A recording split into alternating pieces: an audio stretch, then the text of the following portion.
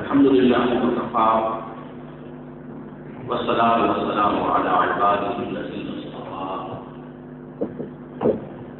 خصوصا على أفضلهم وخاتم النبيين محمد الأمين وعلى آله وصحبه أجمعين.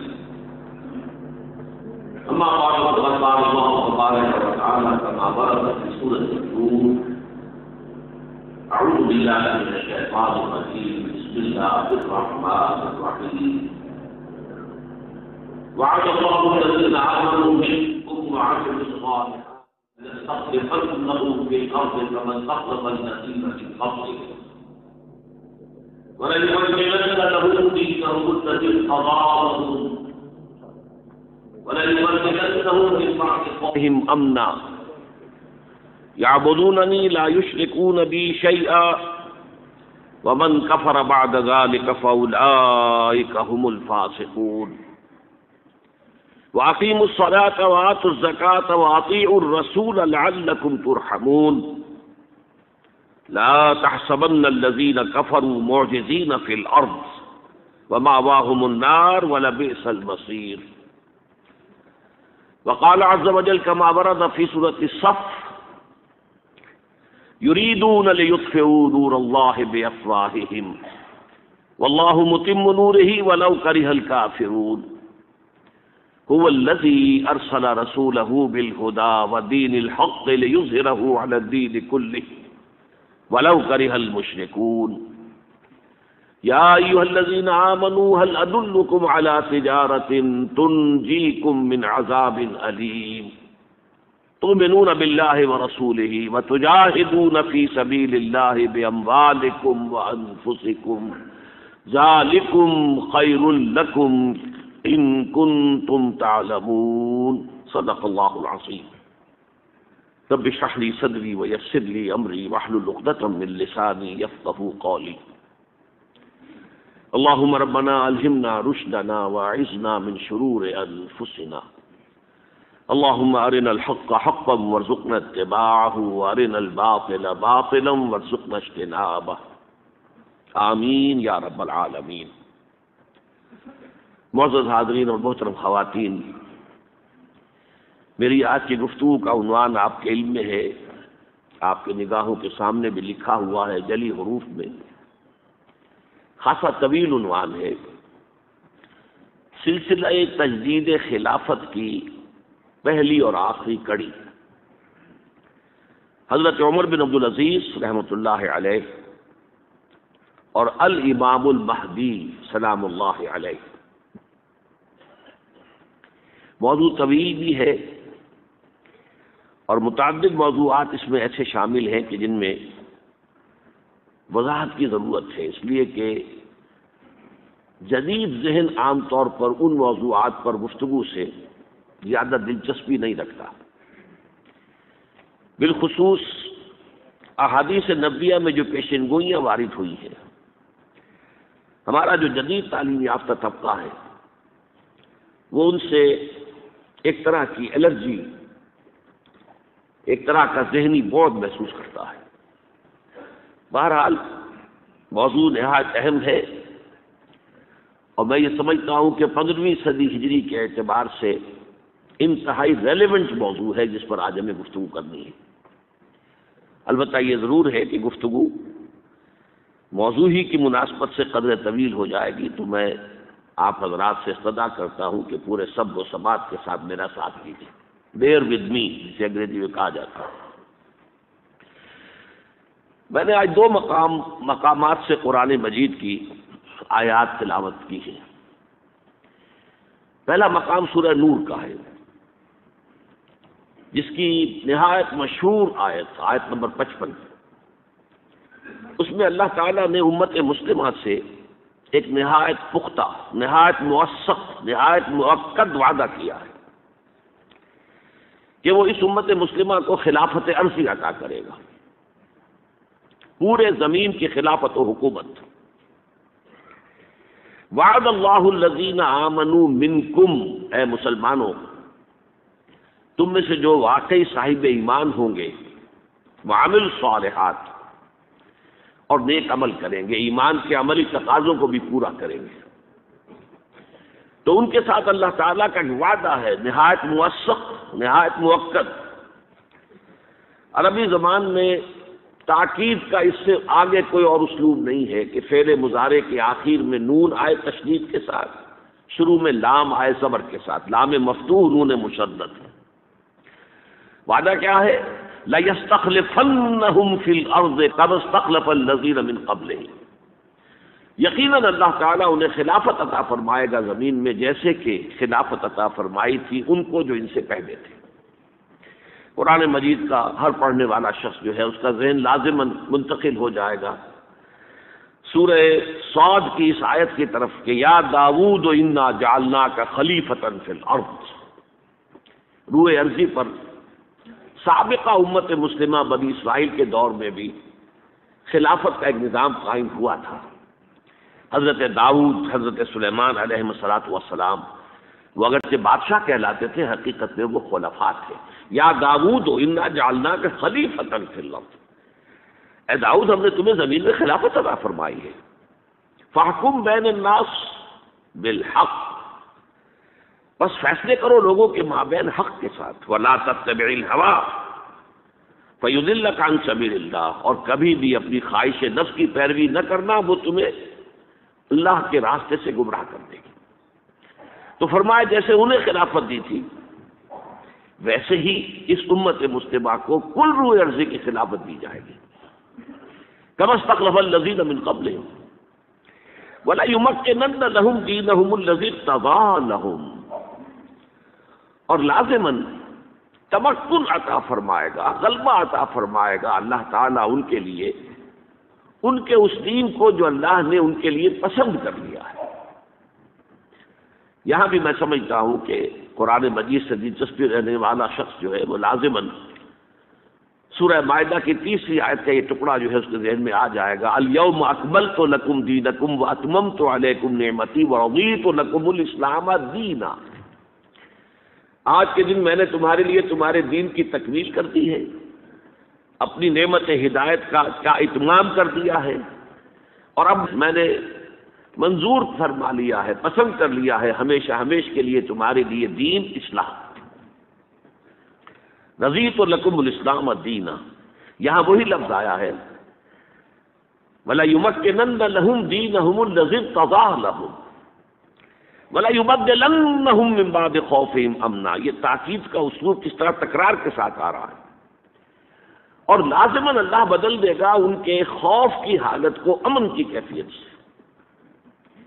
اب یہ دیکھیے 3 وعدے کیے ہیں اللہ نے، حقیقت میں وہ ایک ہی وعدہ ہے۔ یہ بالکل جیسے عیسائی اپنے عقیدہ تثلیث کے بارے میں کہتے ہیں 3 میں 1، 1 میں 3، تو حوالہ صرف دے رہا ہوں، وہ اس وقت میرا موضوع نہیں ہے۔ یہ وعدے 3 ہیں لیکن حقیقت میں ایک ہے۔ اللہ تعالیٰ امت مسلمہ کو زمین کی خلافت عطا کرے گا، نمبر 1، اور ان کے دین کو تمکن عطا کر دے گا، نمبر 2۔ مطلب تو ایک ہی ہوا۔ جب مسلمانوں کو خلافت عطا ہو جائے گی، حکومت عطا ہو جائے گی، تو ظاہر بات ہے کہ ان کے دین کو تمکن عطا ہو جائے گا، اور ان کے خوف کی کیفیت کو امن سے بدل دے گا۔ پھر وہی بات ہے، اس لیے کہ ظاہر بات ہے کہ جب حکومت ان کی اپنی ہوگی تو پھر ظاہر بات ہے خوف کی کیفیت نہیں ہے۔ تو گویا کہ یہ وہی ایک تو جو گرامر کے اعتبار سے تاکید کا اسلوب ہے، نون مشدد لام مفتوح، لا یستخلفنہم ولا یمکننہم ولا یبدلنہم، اور یہ کہ 3 مرتبہ اس کو دہرایا ہے مختلف اسالیب کے اندر۔ فرمایا یعبدوننی لا یشرکون بی شیئا، جب ایسا ہو جائے گا تو پھر وہ میری ہی بندگی اور عبادت کریں گے اور میرے ساتھ کسی کو شریک نہیں ٹھہرائیں گے۔ یہ بڑا اہم نقطہ ہے یہاں پر جو بیان ہوا ہے۔ جب تک اللہ کا دین غالب نہ ہو، اسلام کی حکومت نہ ہو، توحید کامل نہیں ہوتی۔ توحید صرف عقیدے میں کامل ہو سکتی ہے آپ کی، آپ اللہ کو ایک جانیں، کسی کو اس کا مد مقابل نہ سمجھے، ساجی نہ سمجھے، برابر نہ سمجھے، مثال نہ سمجھے، مثیل نہ سمجھے، لیکن توحید تو در حقیقت مکمل تب ہوگی جب ایک ہی اللہ کی بندگی کی جا رہی ہو، اسی کی اطاعت کی جا رہی ہو، اسی کا قانون نافذ ہو، اسی کا نظام قائم ہو۔ جب ایسا ہوگا تب یہ بات ہوگی کہ یعبدوننی لا یشرکون بی شیئا، تب ان کی عبادت خالص ہو جائے گی اور ہر شائبہ شرک سے پاک ہو جائے گی۔ یہ بہت اہم تصور ذہن میں رکھیے۔ ہمارے ہاں ظاہر بات ہے موحدین ہے بہت، لیکن عام طور پر سارا زور جو ہے توحید فی العقیدہ پر ہے، عقیدے میں توحید، توحید عملی، ایک ہی اللہ کی بندگی کرنا، مخلصین لہ الدین، اپنی پوری اطاعت کو اس کے لیے خالص کرتے ہوئے، لیکن الدین کلہ للہ، دین کل کا کل اللہ کے تابع ہو جائے، اللہ کے حکم کے تحت آ جائے۔ یہ ہے در حقیقت توحید کی تکمیل عملی سطح پر۔ تو جب ایسا ہو جائے گا کہ مسلمانوں ہی کو حکومت ہوگی دنیا میں اور اسلام کا غلبہ ہوگا اور مسلمانوں کے لیے کوئی خوف نہیں رہے گا، تب گویا کہ توحید کی تکمیل ہوگی، اور پھر وہ بندگی میری کریں گے اس شان کے ساتھ کہ کوئی شائبہ جو ہے وہ شرک کی آلائش کا نہیں رہے گا۔ وَمَنْ كَفَرَ بَعْدَ ذَلِكَ فَأُولَٰئِكَ هُمُ الْفَاسِقُونَ۔ اس کے دو مفہوم ہو سکتے ہیں۔ جو اس کے بعد بھی کفر کرے پھر وہ تو بہت ہی ناہنجار، بہت ہی باغی سرشت کے لوگ ہیں۔ دو مفہوم سے ایک بار سے کہہ رہا ہوں کہ جب دنیا میں یہ کیفیت ہو جائے کہ دین کا غلبہ ہو جائے، پھر بھی کچھ لوگ اللہ کا اور اللہ کے دین کا انکار کرے، تو معلوم ہوا کہ ان میں سرے سے کوئی خیر نہیں ہے۔ جب دین روز روشن کی طرح سامنے آ گیا، نظام کھل کر آ گیا، نصف النہار کی طرح دین چمک رہا ہو سورج کی طرح، پھر بھی جو شخص محروم رہے تو گویا ان میں خیر کا کوئی شائبہ ہے ہی نہیں۔ اور ایک مفہوم یہ بھی ہے، اور میرے نزدیک یہ اہم تر ہے، کہ ہمارے اتنے موثق وعدوں کے باوجود، ہمارے اتنے مؤکد وعدوں کے باوجود اگر تم کمر ہمت نہ کسو اور ایمان اور عمل صالح کی شرائط پوری کرنے کا ارادہ نہ کرو، تو گویا کہ تم بھی پھر بہت ہی خیر سے خالی اور مسلوب عن التوفیق ہو۔ بہرحال یہ جو آیت نمبر 55 ہے سورہ نور کی آیت استخلاف، قرآن مجید کی اہم ترین آیات میں سے، اس کے بعد مسلمانوں سے فرمایا گیا اس کے لیے جو جد و جہد تمہیں کرنی ہے، وَأَقِیمُوا الصَّلَاةَ وَآتُوا الزَّکَاةَ وَأَطِیعُوا الرَّسُولَ لَعَلَّکُمْ تُرْحَمُونَ۔ دیکھو، نماز قائم کرو، زکوٰۃ ادا کرو، اور رسول کی اطاعت، بمصطفیٰ برسا خویش کا کہ دی ہمہ اوست، محمد الرسول اللہ کی اطاعت اور اتباع، اس کو لازم کر لو، تب تم پر رحم کیا جائے گا، لعلکم ترحمون۔ رحمت للعالمین وہی، ابھی آپ نے وہ آیات سنی سورہ انبیاء کے آخر سے، وما ارسلناک الا رحمۃ للعالمین، اسی پر آج قرات ختم ہوئی تھی۔ تو رحمت کا مظہر جو ہے، مظہر اتم، وہ حضور کی بعثت ہے۔ اگر ان کی اطاعت اور اتباع کے اوپر لازم کر لو گے تو تم پر رحم کیا جائے گا۔ البتہ ساتھ ہی ایک دھمکی بھی ہے، لا تحسبن الذین کفروا معجزین فی الارض، ہرگز نہ سمجھنا کہ انکار کرنے والے، ہمارے دین کی مخالفت کرنے والے، نظام خلافت علی منہاج النبوت کا راستہ روکنے والے کبھی ہمیں عاجز کر سکیں گے، ناکام کر دیں گے، نہیں، وہ ہمیں عاجز نہیں کر سکیں گے۔ ہماری یہ مشیت پوری ہو کر رہے گی، ہمارا یہ وعدہ جو ہے پورا ہو کر رہے گا۔ ومأواہم النار ولبئس المصیر، اور ان کا ٹھکانہ آگ ہے، اور وہ بہت ہی برا ٹھکانہ ہے۔ دیکھیے، یہ جو وعدہ مسلمانوں سے کیا گیا، یہ سن 6 ہجری میں، اس وقت تک کیفیت کیا تھی؟ جزیرہ نما عرب میں ایک چھوٹا سا شہر مدینہ، اور اس میں چند ہزار مسلمان آباد، ساتھ ہی یہ ہے کہ ان کے اندر منافقین کا 5th کالمسٹ عنصر بھی موجود ہے۔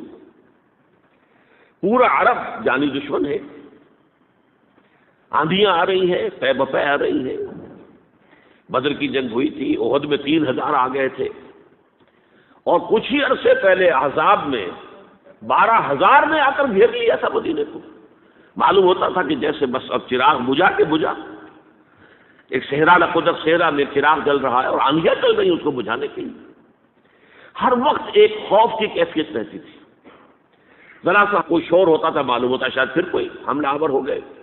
یہ کیفیت ہمیشہ پہرا موجود رہتا تھا، لوگ معمور رہتے تھے اس پر۔ بسا اوقات حضور خود جا کر خبر لے کر آتے تھے کہ کوئی افواہ اڑ گئی ہے کہ پھر کوئی حملہ ہو گیا ہے۔ تو یہ کیفیت تھی، اس میں یہ وعدہ کیا گیا، گویا کہ بہت ہی حالات کے اعتبار سے، آبجیکٹو جو کنڈیشنز تھے اس کے اعتبار سے یہ بہت دور کی بات تھی۔ بظاہر جو ہے بہت دور کا معاملہ معلوم ہوتا تھا، لَيَسْتَخْلِفَنَّهُمْ فِي الْأَرْضِ كَمَا اسْتَخْلَفَ الَّذِينَ مِنْ قَبْلِهِمْ وَلَيُمَكِّنَنَّ لَهُمْ دِينَهُمُ الَّذِي ارْتَضَىٰ لَهُمْ وَلَيُبَدِّلَنَّهُمْ مِنْ بَعْدِ خَوْفِهِمْ أَمْنًا۔ لیکن تاریخ کی حقیقت کیا ہے؟ سن 6 کے اوائل میں یہ سورہ نور نازل ہوئی، سن 6 کے اواخر میں صلح حدیبیہ ہو گئی۔ اِنَّا فَتَحْنَا لَكَ فَتْحًا مُبِينًا، سورہ فتح میں اللہ تعالیٰ نے اسے فتح مبین قرار دے دیا۔ سن 7 میں خیبر فتح ہو گیا، بہت بڑا گڑھ یہودیوں کا، بہت مال غنیمت مسلمانوں کے ہاتھ میں آیا۔ ان کی یوں سمجھیے کہ اکثر لوگوں کے دل اندر دور ہو گئے، جو بھی ایک افلاس کی کیفیت تھی، احتیاط کی کیفیت تھی، ختم ہو گئی، فراوانی۔ سن 8 میں مکہ فتح ہو گیا۔ مکہ کے فتح ہونے کا مطلب کیا تھا؟ گویا کہ جزیرہ نما عرب جو ہے وہ فتح ہو گیا، اس لیے کہ چاہے وہاں کوئی جزیرہ نما عرب میں کوئی فارمل حکومت نہیں تھی، لیکن یہ کہ بہرحال ایک صدر مقام کی حیثیت مکے کو حاصل تھی۔ یہ ان کا مرکز تھا، مذہبی اعتبار سے، ثقافتی اعتبار سے، تجارتی اعتبار سے، مالی اعتبار سے انہیں سیادت حاصل تھی۔ یہی وجہ ہے سورہ توبہ میں قریش کے بارے میں کہا گیا ہے ائمۃ الکفر فقاتلوا ائمۃ الکفر، ان کفر کے اماموں سے خلاف جنگ کرو۔ اب جب مکہ فتح ہو گیا تو گویا کہ جزیرہ نما عرب میں محمد الرسول اللہ صلی اللہ علیہ وسلم کی حکومت قائم ہو گئی۔ اب نوٹ کیجئے، جیسے حضرت داؤد کی حکومت کو قرآن نے خلافت قرار دیا، یا داؤد انا جعلناک خلیفۃ فی الارض، اسی طرح یہ چند سال جو ہے حضور کی حیات طیبہ کے، میرے نزدیک فتح مکہ کے بعد سے لے کر آپ کے وصال تک، اس میں آپ کی حیثیت جزیرہ نما عرب میں خلیفۃ اللہ کی تھی۔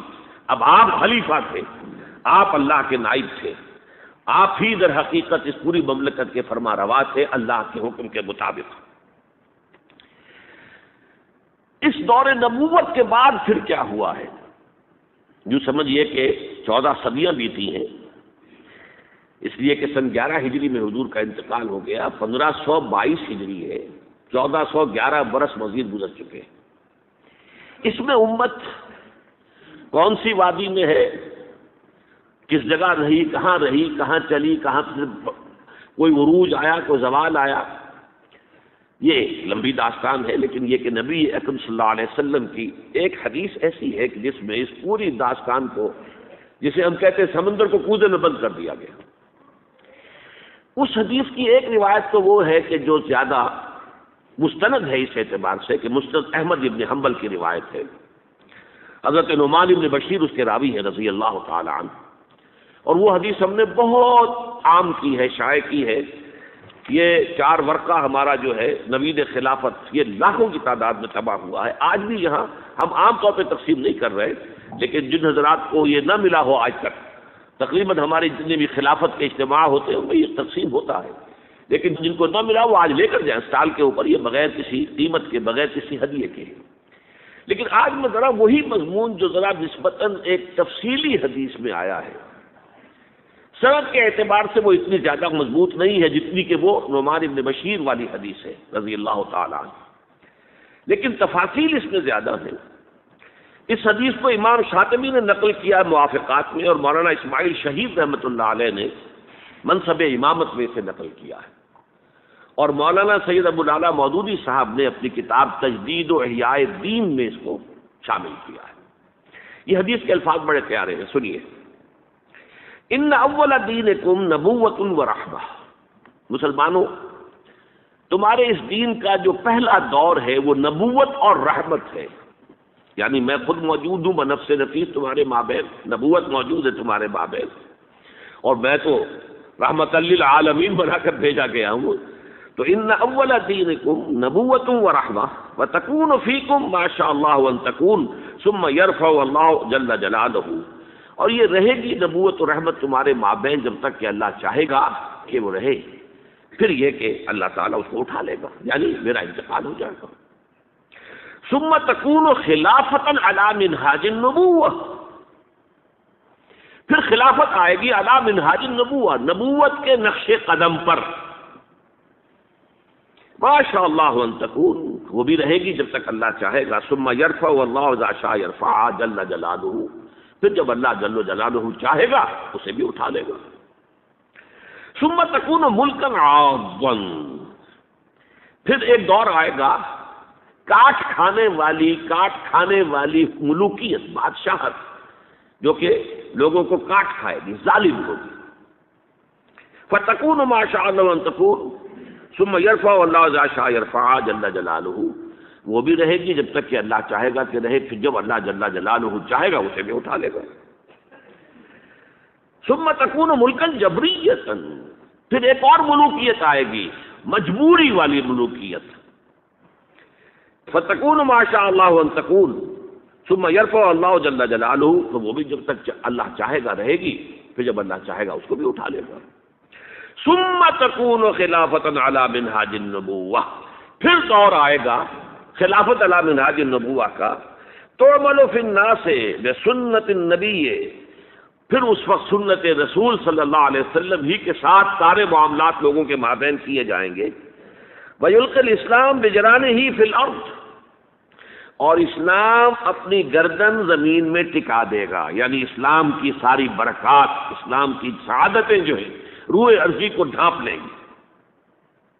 یرضی عنہا ساکن السماء و ساکن الارض، آسمانوں والے بھی راضی ہوں گے اس نظام سے جو دنیا میں اس وقت قائم ہوگا، اور زمین والے بھی سب کے سب راضی ہوں گے. لا تدع السماء من قطر الا ثبته مدرارا، آسمان اپنا ایک قطرہ بھی نہیں روکے گا بلکہ اسے زمین پر برسا دے گا موسلا دھار بارش کی شکل میں. ولا تدع الارض من نباتها وبرکاتها شيئا الا اخرجته، اور زمین بھی اپنی برکتوں اور اپنی پیداوار، اپنی نباتات میں سے کسی شے کو روکے گی نہیں مگر یہ کہ نکال کے باہر کر دے گی. زمین سے ساری برکات جو ہیں امنڈ آئیں گی، آسمان سے اللہ تعالیٰ کی رحمتیں نازل ہوں گی، آسمان والے بھی راضی ہوں گے، زمین والے بھی راضی ہوں گے، اللہ کے نبی کے مطابق، سنت کے مطابق جو ہے سارے معاملات طے ہو رہے ہوں گے. یہ دور بھی آئے گا خلافت علی منہاج النبوہ کا. میں یہاں تھوڑا سا اضافہ کر دوں کہ جس کتاب سے کا میں نے حوالہ دیا ہے اس میں ہم نے وہ احادیث بھی نقل کر دی ہیں. اس وقت میرا وہ موضوع نہیں ہے لہذا میں وقت اس میں صرف نہیں کر سکتا کہ جب دوبارہ یہ دور آئے گا خلافت علی منہاج النبوہ کا تو یہ آفاقی ہوگا، عالمگیر ہوگا، کل روح ارضی پر محیط ہوگا. حضرت ثوبان رضی اللہ تعالیٰ عنہ کی روایت ہے مسلم شریف کی، ان اللہ زوالی الارض، اللہ نے میری یہ ساری زمین کو لپیٹ دیا. فرائے تو مشارقہا و مغاربہا، تو میں نے اس زمین کے سارے مشرق دیکھ لیے، سارے مغرب دیکھ لیے. وَإِنَّ أُمَّتِي سَيَبْلُغُ مُلْكُهَا مَا زُوِيَ لِي مِنْهَا، اور سن رکھو کہ میری امت کی حکومت ان تمام علاقوں پر ہو کر رہے گی کہ جو اللہ نے زمین کو لپیٹ کر مجھے دکھا دیے. تمام مشارق، تمام مغارب پر میری امت کی حکومت قائم ہوگی. وعد اللہ الذین آمنوا منکم وعملوا الصالحات لیستخلفنہم فی الارض. اور ابھی آپ نے جو آیات مبارکہ تلاوت کی گئی ان میں سنا کہ اللہ تعالیٰ نے زبور میں لکھ دیا تھا ان الارض یرثها عبادی الصالحون، میرے صالح بندے بالآخر اس زمین کے وارث ہوں گے، کل زمین کے اوپر ان کی حکومت قائم ہو جائے گی. جو کچھ قرآن نے کہا ہے اسی کو حدیث ہمارے سامنے لا رہی ہے. اسی طرح ایک دوسری حدیث ہے حضرت مقداد بن اسود کی رضی اللہ تعالیٰ عنہ، وہ مسند احمد بن حنبل کی ہے، لا يبقى على ظهر الارض بیت وبر ولا مدر الا ادخله الله کلمۃ الاسلام. میں پوری حدیث نہیں پڑھ رہا ہوں اس وقت. زمین پر کوئی گھر نہیں بچے گا اینٹ گارے کا بنا ہوا، نہ کوئی کمبلوں کا بنا ہوا خیمہ رہے گا جس میں اللہ کلمہ اسلام کو داخل نہ کر دے. تو یہ آفاقیت، یہ عالمگیریت، اس کو میں کہوں گا گلوبلائزیشن، جس کے اوپر بڑے ہنگامے ہو رہے ہیں اس وقت. جنوا شہر جو ہے اٹلی کا، یہ گلوبلائزیشن جو ہو رہی ہے یہ کیپٹلزم کی گلوبلائزیشن ہے، لیکن خلافت علی منہاج النبوہ کی گلوبلائزیشن ہوگی جس کی خبر دی ہے محمد رسول اللہ صلی اللہ علیہ وسلم. اب میں آگے بڑھنے سے پہلے ایک تو یہ عرض کر دوں کہ خلافت کے بارے میں اگرچہ ہمارے ہاں بنو امیہ کے دور کو بھی خلافت کہا جاتا ہے، خلفائے بنی امیہ، بنو عباس بھی خلفاء ہیں، ترک بھی خلفاء تھے، لیکن حقیقت یہ ہے کہ خلافت علی منہاج النبوہ صرف حضرت ابو بکر، حضرت عمر، حضرت عثمان، حضرت علی، اور اس میں اضافہ کیجئے حضرت حسن رضی اللہ تعالی عنہم اجمعین۔ چنانچہ ایک حدیث میں آپ کو سنا دینا چاہتا ہوں، یہ مسند احمد ابن حنبل میں بھی ہے اور جامع ترمذی میں بھی۔ عن سفینۃ قال قال رسول اللہ صلی اللہ علیہ وسلم الخلافۃ 30 سنۃ ثم یکون ملکا، خلافت تو 30 برس ہوگی، کوئی 2.25 برس حضرت ابو بکر کے ہیں، 10 برس حضرت عمر کے ہیں، کچھ 12 برس سے کچھ زائد حضرت عثمان کے ہیں، پھر یہ تقریباً 5 برس حضرت علی کے ہیں، 6 مہینے حضرت حسن کے ہیں، یہ کل جمع کر لیجیے تو 30 برس بنتے۔ تو الخلافۃ 30 سنۃ ثم تکون ملکا، پھر وہ ملوکیت میں تبدیل ہو جائے گی۔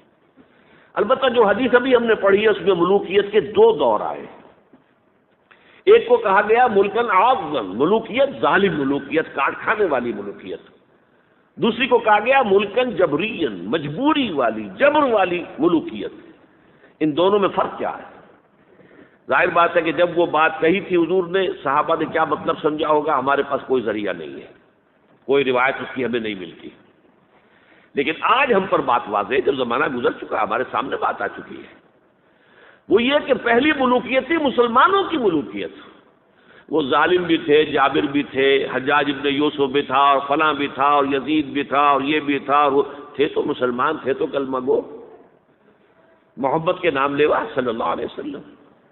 پھر وہ دور آیا جسے آج ہم کہتے ہیں کولونیل رول، پورا یورپ، ہم خود بھی جو ہے 1857 کے بعد یہ بر عظیم پاک و ہند جو ہے، ملکہ برطانیہ، وکٹوریہ عظمیٰ، ہم ان کے غلام بن گئے۔ یہ جبرین، یہ اصل غلامی تھی۔ کہیں ہالینڈ کی حکومت ہو گئی، اور کہیں ولندیزیوں کی حکومت ہو گئی، اور کہیں فرانسیسیوں کی ہو گئی، کہیں اطالویوں کی ہو گئی، اسپینیڈز کی ہو گئی، یہ سہارا وغیرہ سارا جو ہے موراکو، یہ سب کیا تھا؟ اس ہسپانیہ تھا۔ یہ تمام جو ہے دور ملوکیت کا جو ہے یہ 2 دور آئے، لیکن خلافت در حقیقت جسے کہا جائے گا وہ خلافت راشدہ یا خلافت علی منہاج النبوہ، وہ 30 برس کی تھی۔ ایک نقطہ میں اور واضح کرنا چاہتا ہوں آگے چلنے سے پہلے، دیکھیے اسلام کا عروج و زوال اور مسلمانوں کا عروج و زوال یہ ایک شے نہیں ہے۔ اسلام کے بارے میں حضور نے فرمایا تھا بدا الاسلام غریبا وسیعود کما بدا فطوبى للغرباء، اسلام کا آغاز تو ہوا تھا اس حالت میں کہ وہ بہت ہی اجنبی تھا، کوئی اس کا جاننے پہچاننے والا تھا ہی نہیں۔ دوبارہ اگرچہ اس کے بعد حکومت تو آ گئی، ایک دور آ گیا، اسلام کا غلبہ ہو گیا، لیکن ان قریب اسلام دوبارہ غریب ہو جائے گا، دوبارہ اجنبی ہو جائے گا، ان قریب سیعود، سین کے ساتھ جب عربی زبان میں فعل مستقبل بنتا ہے، سوفا وہ ذرا دور کی بات ہے، لیکن بس سیعود ان قریب وہ دوبارہ غریب ہو جائے گا۔ فطوبى للغرباء، تو مبارکباد اور تہنیت ہے ان لوگوں کے لیے جو اسلام کی غربت کے دور میں خود بھی غریب ہو جائیں، خود بھی اجنبی ہو جائیں، لوگ انہیں دقیانوسی کہیں گے۔ یہ ابھی تک چمٹے ہوئے ہیں سنت رسول کے ساتھ، یہ ابھی تک انہی چیزوں کے لیے دقیانوسی لوگ ہیں، یہ سارے فکرے ان پر سوس کیے جائیں، وہ برداشت کریں، لیکن یہ کہ اسلام کا دامن ہاتھ سے نہ چھوڑیں۔ لیکن اسلام کا عروج خلافت راشدہ اور وہیں سے زوال شروع ہو گیا، 1400 برس مسلسل زوال کے، اسلام کو دوبارہ عروج حاصل نہیں ہوا۔ حال ہی کے وہ 2 اشعار 100% اپلیکیبل ہیں، پستی کا کوئی حد سے گزر نہ دیکھے، اسلام کا گر کر نہ ابھر نہ دیکھے، مانے نہ کبھی کہ مد ہے ہر جذر کے بعد، دریا کا ہمارے جو اتر نہ دیکھے۔ اسلام کا تو عروج پھر نہیں آیا، پھر وہ خلافت راشدہ تو آج تک قائم نہیں ہوئی، پھر ایک مکمل دین نظام کی حیثیت سے تو دنیا میں کہیں نہیں آیا۔ ہاں مسلمانوں کی بڑی بڑی شتوت، شوکت، ان کا دبدبا، ان کا روب، ان کی حکومت صحیح ہے، اس میں یہ ہے کہ 2 عروج آ چکے ہیں، 2 زوال آ چکے ہیں۔ مسلمانوں کا پہلا عروج تھا اسلام اور مسلمانوں کا ساتھ ساتھ، حضور کا دور خلافت راشدہ، یہاں اسلام اور مسلمان ساتھ ساتھ جا رہے ہیں۔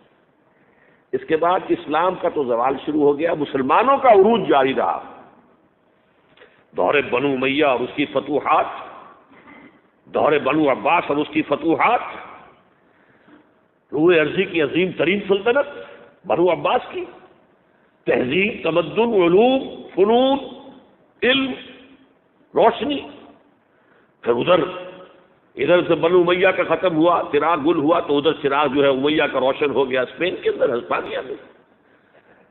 یہ سارا دور عربوں کا عروج جاری ہے، مسلمانوں کا عروج جاری ہے، اگرچہ اسلام کا زوال خلافت راشدہ کے ساتھ ہی شروع ہو چکا. پھر ایک وقت آیا کہ مسلمانوں کا بھی زوال آ گیا. پہلے کروسیڈرز نے آ کر پٹائی کی اور بہت پٹائی کی. 1099 میں یروشلم جو فتح کیا انہوں نے، تو جس قدر کچھ تو خون کیا ہے، جتنا قتل عام کیا ہے، خود جو یورپین مورخین ہیں وہ بھی شرماتے ہیں اس کا ذکر کرتے ہوئے. سارا میڈیٹرینین کا علاقہ انہوں نے فتح کر لیا تھا اور تہس نہس کر دیا تھا. خیر اس کو تو 88 برس کے بعد صلاح الدین ایوبی رحمۃ اللہ علیہ نے واپس لے لیا. لیکن پھر اگلی صدی میں جو طوفان آیا ہے تاتاریوں کا، کروڑوں مسلمان قتل ہوئے، کروڑوں. 1258 میں سقوط بغداد اور خلافت بنو عباس کا ٹمٹماتا ہوا چراغ روشن. مستعصم باللہ کو گھسیٹ کر محل سے نکالا، جانور کی ایک کھال کے اندر لپیٹا اور تاتاریوں نے اپنے گھوڑوں کی سم تلے کچل دیا. اور شیخ سعدی نے کہا آسماں را حق بود در خون بارت بر زمین بر زوال ملک مستعصم امیر المومنین. یہ عربوں کا زوال. اور نوٹ کر دیجئے پلیز، اس وقت سے عرب امت مسلمہ کی قیادت سے معزول کر دیے گئے، آج تک معزول ہیں. دوبارہ عروج مسلمانوں کو ہوا، لیکن وہ ایک معجزہ. جن تاتاریوں نے کروڑوں کو مارا تھا مسلمانوں کو، وہی ایمان لیا. انہوں نے مسلمانوں کو کانکر کیا تھا، اسلام نے انہیں کانکر کر لیا. ہے آیا فتنہ تاتار کے افسانے سے، پاسباں مل گئے کعبے کو صنم خانے سے. اب یہ تاتاری ہورس تھے، ٹرکس، انہیں قیادت ملی عالم اسلام کی. ترکان تیموری ہندوستان میں، ترکان صفوی ایران میں، ترکان سلجوقی مڈل ایسٹ میں، ترکان عثمانی کا تو کہنا ہی کیا ہے. ایشیا مائنر سے شروع ہو کر پھر یہ کہ 3 بر اعظموں پر سلطنت روما کی طرح کی ایک عظیم سلطنت قائم کی ہے، دی گریٹ آٹومان امپائر. اور خلافت بھی انہیں منتقل ہو گئی. یہ جو دوسرا عروج تھا یہ ترکوں کے زیر قیادت تھا، عربوں کے نہیں. لیکن پھر اس کا بھی زوال آ گیا. اس کا زوال آیا یورپین کولونیلزم کے ہاتھوں. آغاز ہوا 1492 میں، سقوط غرناطہ، فال آف گرناڈا. اس کے بعد 1498 میں round the Cape of Good Hope راستہ تلاش کر دیا واسکو ڈی گاما نے.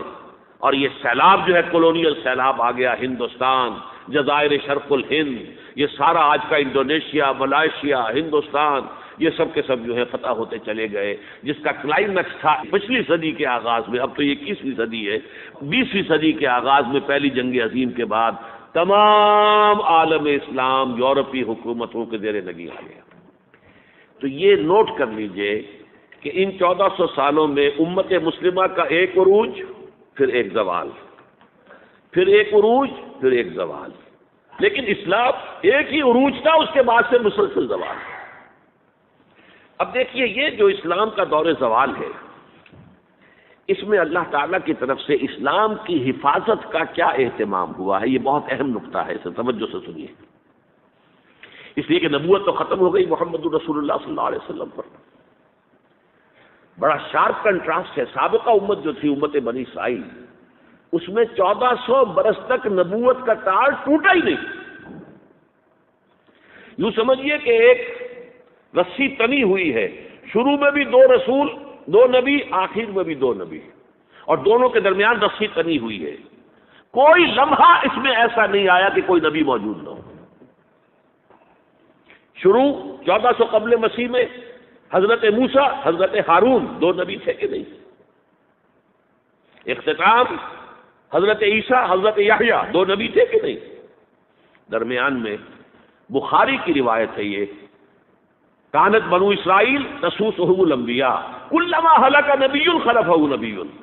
بنو اسرائیل کی ساری سیاست انبیاء کرام کے ہاتھ میں ہوتی تھی. جیسے ہی کسی نبی کا انتقال ہوتا تھا دوسرا نبی اس کی جگہ پر آ جاتا تھا. ہمارے ہاں ایسا نہیں ہے. لا نبی بعدی، ختم نبوت ہو گئی، مہر لگ گئی، دروازہ بند ہو گیا، کھڑکی بند. لیکن اس دین کی حفاظت، انسان تو ختم نہیں ہوئے، انسانوں کے لیے رحمت کیسے جاری رہے؟ وہ تسلسل، وہ خلا جو ختم نبوت سے پیدا ہوا ہے اسے اللہ تعالیٰ نے 3 چیزوں سے پورا کیا. نمبر 1، جو سورس آف گائیڈنس ہے، نوع انسان پیام آخری حامل او رحمت للعالمین قرآن حکیم، اس کے متن کی حفاظت کی ذمہ داری اللہ نے لے لی. انا نحن نزلنا الذکر وانا لہ لحافظون. اس قرآن میں کوئی تحریف نہیں ہوگی، کوئی تبدیلی نہیں ہوگی. کوئی طالب حقیقت جب چاہے قرآن کے ذریعے سے ہدایت تک رسائی حاصل کر سکے گا. ایسا نہیں ہوگا کہ آدمی ڈھونڈتا پھرے اور اسے کہیں سے ہدایت نہ ملے. نہیں، قرآن موجود رہے گا. ترجموں میں تحریف ہو سکتی ہے، تفسیروں میں تحریفیں ہو سکتی ہیں، متن میں تحریف ممکن نہیں. نمبر 2، اللہ تعالیٰ ہر صدی میں مجدد پیدا کرتا رہے گا. یہ سنن ابی داؤد کی روایت ہے جو میں آپ کو سنا رہا ہوں. ان اللہ یبعث لهذه الامه على راس كل 100 سنه من يجدد لها دینها. حضرت ابو ہریرہ اس کے راوی ہیں. اللہ تعالیٰ اس امت میں ہر صدی کے سرے پر ایسی شخصیات کو کھڑا کرتا رہے گا جو دین کو تازہ کر دیں گے. یعنی دین کے اوپر جو غبار آ جاتا ہے، جیسے آئینہ ہوتا ہے، غبار آ گیا، گردہ آ گیا، آئینہ دھندلا گیا، آپ نے صاف کر دیا، اب آئینے میں آپ کی تصویر صاف نظر آ رہی. دین کی تعلیمات پر جب غبار اور گردہ آ جاتا تھا تو اللہ تعالیٰ جو ہے وقت فوقتاً ایسے صاحب ہمت لوگوں کو کھڑا کرتا رہا ہے، مجددین کو، کہ جنہوں نے دین کی اصل تعلیم کو تازہ کر کے، زندہ کر کے دنیا کے سامنے پیش کر دی. ان کے بارے میں یہ نوٹ کر لیجئے کہ علماء کا اس پر اجماع ہے کہ اس حدیث کا یہ مطلب لینا درست نہیں ہے کہ ایک صدی میں ایک ہی مجدد ہوگا. متعدد بھی ہو سکتے ہیں، بیک وقت بھی ہو سکتے ہیں کئی. نمبر 2 یہ کہ ضروری نہیں ہے کہ ان مجددین کو یہ احساس بھی ہو کہ ہم مجدد ہیں. وہ دین کی خدمت کریں گے، دین کی صحیح تعلیمات کو دوبارہ اجاگر کر کے، روشن کر کے لوگوں کے سامنے لانے کی اپنی سی محنت اور جد و جہد کریں گے. لیکن یہ کہ انہیں ضروری نہیں ہے کہ یہ احساس ہو کہ ہم مجدد ہیں. نہ ہی یہ مجدد کوئی ایسی پوزیشن ہے، کوئی ایسا منصب ہے کہ جس پر ایمان لانا ضروری ہو، کہ اگر کوئی نہیں مانے گا تو گویا کہ اس کے اسلام یا ایمان میں کوئی کمی رہ جائے گی. نہیں، فتن نہیں. آپ کسی مجدد کو مجدد مانے، ٹھیک ہے، نہ مانے تب بھی کوئی بات نہیں. تو اس حوالے سے ذرا اس میں احتیاط کی ضرورت ہے. تیسری بات میں نے عرض کیا تھا، 3 آپ اللہ نے انتظام کیے. مثلا قرآن کی حفاظت کا ذمہ خود لے لیا. ہر صدی میں ایسے مجددین پیدا ہوتے رہیں گے جو دین کی تعلیمات پر جو گرد و غبار آ جائے گا اسے ہٹا کر اس کی صحیح شکل پھر دکھا دیں گے. اور نمبر 3 یہ ضمانت دے دی کہ اس امت میں ایک گروہ ہمیشہ حق پر لازماً قائم رہے گا. کتنی ہی گمراہی پھیل جائے، ایسا نہیں ہوگا کہ پوری امت گمراہ ہو جائے. یہ متفق علیہ روایت ہے اور اس کے راوی حضرت امیر معاویہ ہے رضی اللہ تعالی عنہ. قال سمعت رسول اللہ صلی اللہ علیہ وسلم یقول لا يزال من امتی امت قائمۃ بامر اللہ لا يضرهم من خذلهم ولا من خالفهم حتى یاتی امر اللہ وهم علی ذلک. میری امت میں لازماً ایک گروہ حق پر قائم رہے گا، نہ کوئی ان کا ساتھ چھوڑنے والا انہیں کوئی جدل پہنچا سکے گا، نہ ان کی مخالفت کرنے والا انہیں کوئی جدل پہنچا سکے گا. وہ حق پر قائم رہیں گے اسی طرح یہاں تک کہ اللہ کا فیصلہ آ جائے. تو یہ گروہ جو ہے ایک گروہ لازماً رہے گا. یہ اس گروہ کے عنوان بدلتے رہیں گے. یہ نہیں ہے کہ وہ ایک ہی نام سے چلا آ رہا ہوگا، جیسا کہ ہمارے ہاں عام طور پر جو فرقہ پرست لوگ ہیں وہ سمجھے ہمارا فرقہ جو ہے وہ گروہ ہے. نہیں، وہ تو دین کی اصل تعلیم کو لے کر کوئی مجدد آئے گا، اس کے گرد کچھ لوگ جمع ہو جائیں گے، وہ ایک طائفہ بن جائیں گے، ایک جماعت بن جائیں گے. کچھ عرصے کے بعد ان میں بھی زوال آ جائے گا، وہ فرقے کی شکل اختیار کر لیں گے. اللہ کسی اور کو اٹھا دے گا، ایک نیا گروہ پھر وجود میں آ جائے گا. جیسے کہ اولمپک ٹارچ ہوتی ہے کہ ایک کھلاڑی لے کر دوڑتا ہے، کوئی زور کے بعد دوسرے کو تھما دیتا ہے، وہ لے کر دوڑتا ہے. ٹارچ وہی ہے، کھلاڑی بدل گیا، دوڑنے والا بدل گیا. یا جیسے ڈاک کا نظام تھا شیر شاہ سوری کا، ڈھاکہ سے لے کر پشاور تک ہر 30 میل کے فاصلے پر جو ہے وہ جرنیلی سڑک کے اوپر چوکی تھی، تازہ دم گھوڑا تازہ دم سوار موجود ہے۔ ڈاک کا تھیلا جو ہے پچھلی چوکی سے جو 30 میل سرپٹ دوڑتا ہوا آیا ہے گھوڑا اور سوار، اب وہ تھک گئے ہیں، بے دم ہو گئے، وہ یہاں رک جائیں گے۔ تازہ دم جو ہے گھوڑا بھی اور سوار بھی وہ تھیلی کو لے گا اور آگے سرپٹ دوڑنا شروع کر دے گا۔ تھیلا وہی ہوگا لیکن گھوڑا اور اس کے سوار بدل جائیں گے۔ یہ کیفیت رہے گی اس طائفہ کی۔ لا یزال من امتی امتن، ایک امت ہوگی امت میں سے، چھوٹی امت، امت ودن امہ، ایک تو بڑی امت ہوگی جو آج تقریباً 1.25 ارب یا 1.5 ارب مسلمان ہیں، 150 کروڑ یا 120 125 کروڑ مسلمان دنیا میں ہے، یہ ہے گریٹر مسلم امہ۔ ان میں جو لوگ واقعتاً دین پر عمل پیرا ہوں، کاربند ہوں، دین کی جد و جہد کر رہے ہوں، دعوت الی الخیر نہی عن المنکر اور امر بالمعروف کی جد و جہد کر رہے ہیں، وہ ایک چھوٹی امت ہوتے ہیں۔ وَلْتَكُن مِّنكُمْ أُمَّةٌ يَدْعُونَ إِلَى الْخَيْرِ وَيَأْمُرُونَ بِالْمَعْرُوفِ وَيَنْهَوْنَ عَنِ الْمُنكَرِ وَأُولَٰئِكَ هُمُ الْمُفْلِحُونَ اللهم ربنا اجعلنا منهم۔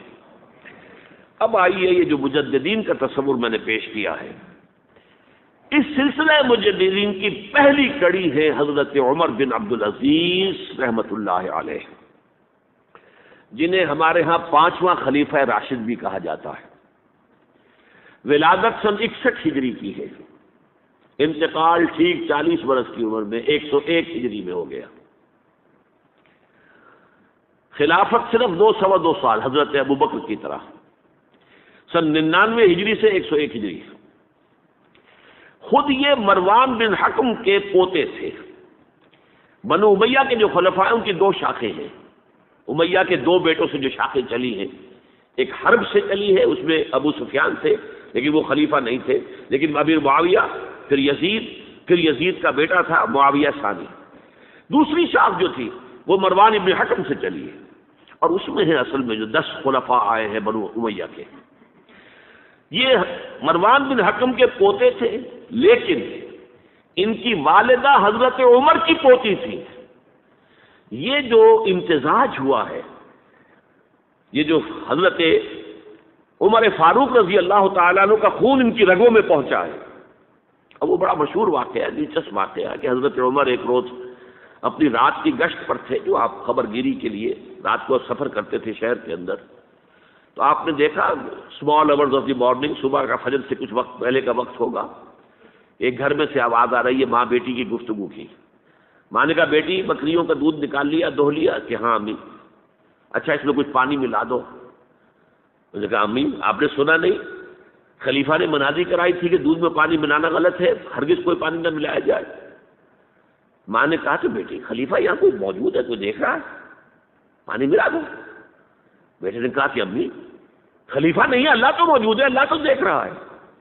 حضرت عمر نے وہ بات سن لی، اس گھر کو آپ نے تاک لیا اور جا کے اپنے بیٹے عاصم سے کہا کہ وہاں رشتہ کر لو۔ وہ ہے لڑکی پھر جس کے نسل سے یہ حضرت عمر بن عبدالعزیز یہ پیدا ہوئی۔ تو یہ در حقیقت پوتی ہے حضرت عمر فاروق کی، ان کی والدہ ام عاصم، اور یہ خود پوتے تھے مروان بن حکم کے۔ اور جو 8واں خلیفہ تھا بنو امیہ کا سلیمان، اس کی وصیت کے مطابق یہ خلافت ان کو ملی تھی۔ اب آپ ذرا یہ سوچئے، جائزہ جو ہمیں آج لینا ہے، اس وقت تک دین کے اوپر کون سے گرد و غبار آئے تھے کہ جن کو حضرت عمر بن عبدالعزیز نے صاف کیا؟ ابھی 100 برس بھی نہیں ہوئے حضور کے انتقال کو، ابھی یہ 90 برس ہو گئے ہوں گے یا 80-85 برس ہو گئے۔ عقائد میں کوئی ٹیڑھ نہیں آیا، ابھی کوئی یونان کا فلسفہ نہیں آیا، ابھی کہیں کوئی منطق نہیں آئی، کچھ نہیں آئی۔ عقائد سیدھے سادہ جو عربوں کے تھے وہ ہے۔ اعمال میں بھی کوئی تبدیلی نہیں آئی، مسلمانوں کے اعمال اخلاق تقریباً وہی ہے۔ کچھ کمی ہو گئی، کچھ دنیا کی طرف زیادہ رغبت ہو گئی ہوگی، مال اور دولت دنیا سے زیادہ دلچسپی ہو گئی ہوگی، بس۔ لیکن دینی اعتبار سے کوئی فساد، کوئی خرابی کوئی نہیں تھی۔ خرابی کہاں آئی تھی؟ نظام حکومت میں خرابی آئی تھی۔ یہ نظام حکومت کے جو سیلینٹ فیچرز ہیں، اس موضوع پر میں تذکرہ کرنا چاہتا ہوں کہ مولانا سید ابو العلا مودودی کی جو کتاب ہے خلافت و ملوکیت، میں نے اس سے پہلے بھی ایک مرتبہ عرض کیا تھا، آج پھر دوہرا رہا ہوں۔ اس کتاب کے میں 2 حصے کرتا ہوں۔ پہلا حصہ اصولی مباحث پر مشتمل ہے کہ خلافت کسے کہتے ہیں، ملوکیت کسے کہتے ہیں، ان درمیان فرق کیا ہے. اور میں یہ سمجھتا ہوں کہ اس اعتبار سے اس کتاب کا یہ حصہ ماسٹر پیس ہے، بہت عمدہ. ویسے بھی آپ میں سے بہت سے حضرات کے علم میں ہوگا کہ میں یہ تسلیم کرتا ہوں کہ مولانا مودودی 20ویں صدی عیسوی کے سب سے بڑے مسلم پولیٹیکل سائنٹسٹ تھے. اسلام کے سیاسی نظام کو، دستوری نظام کو انہوں نے خوب سمجھا. اور میں سمجھتا ہوں کہ علامہ اقبال نے جو چند اشارات دیے تھے اس پر پورا ایک نظام جو ہے دستوری اور سیاسی ڈھانچہ بنانا، یہ کام ہے مولانا مودودی کا. البتہ اس کتاب کا دوسرا حصہ کہ یہ جو خلافت سے ملوکیت کی طرف تبدیلی ہوئی ہے، اس کے اسباب کیا تھے، اس میں مولانا سے ٹھوکریں کھائی گئی ہے. یہ تاریخ کا معاملہ اور فلسفہ تاریخ کا معاملہ ہے، یہ پولیٹیکل سائنس کا ایشو نہیں ہے. بہت بڑی غلطی ہے اس میں، بلکہ اس پہلو سے یہ کتاب کا یہ حصہ سخت گمراہ کن ہے. تو میں یہ دونوں باتیں ریکارڈ پر لے آنا چاہتا ہوں کہ اس کتاب کے دوسرے حصے کو میں بالکل اس سے اعلان برات کرتا ہوں اور پہلے حصے کو ٹوٹلی اون کرتا ہوں. پہلے حصے میں انہوں نے جو چیزیں گنوائی ہیں کہ اسلامی نظام حکومت میں، اسلامی خلافت کے نظام میں کیا چیزیں ہوتی ہیں. نمبر 1، اللہ کی حاکمیت، کتاب و سنت کی بالادستی. ٹھیک، یہ تو یقیناً جیسے تھی ویسے ہی اب بھی تھی، لوگوں کی انفرادی زندگیوں میں اب بھی تھی. اور یہ کہ کم سے کم نظری طور پر حکومت کی سطح پر بھی یہ حکومت اللہ کی اور کتاب و سنت کی ٹوٹل بالادستی، اس کو تسلیم کیا جاتا تھا. فرق کہاں آیا؟ خلافت راستہ شورائی حکومت تھی، جبکہ اب جو حکومت بنو امیہ کی بن گئی، جسے حضور نے ملکن کہا ہے، ملوکیت، تحکمانہ انداز، ہمارا اختیار ہے، جو ہم چاہیں گے کریں گے. زمین و آسمان کا فرق واقع ہو گیا. وہاں خلیفہ کا انتخاب ہوتا تھا مشورے سے، امرہم شورا بینہم عن مشورۃ المسلمین. یہاں اب خلافت ہو گئی قبائلی، بنو امیہ، بنو عباس، اور موروثی ہو گئی، باپ کے بعد بیٹا، بیٹے کے بعد پوتا. وہاں بیت المال مسلمانوں کی ملکیت، مسلمانوں کی امانت تھا خلیفہ کے پاس، اور خلیفہ کا حق اس میں صرف اتنا تھا جیسے کہ حضرت ابو بکر نے فرمایا، حضرت عمر نے فرمایا، اور یہی بات عمر بن عبدالعزیز نے کہی کہ جتنا حق کے قرآن نے دیا ہے کسی مسلمان کو، اگر اس کی زیر کفالت کو یتیم ہو، یتیموں کا مال بھی ہے، اس کی دیکھ بھال وہ کر رہا ہے، تو جو ولی ہے یتیم کا، اگر وہ غنی ہے تو اسے ایک پیسہ بھی لینا یتیم کے مال میں سے حرام ہے. لیکن اگر وہ خود محتاج ہے تو وہ ضرورت کے مطابق اس سے لے سکتا ہے. جتنا کچھ بھی ایک یتیم کا ولی یتیم کے مال میں سے لے سکتا ہے، اس سے زیادہ خلیفہ کے لیے بیت المال سے لینا جائز نہیں ہے. یہ معاملہ تھا ابو بکر صدیق کا، عمر فاروق کا، عثمان غنی کا، علی مرتضیٰ کا، رضی اللہ تعالیٰ عنہم اجمعین.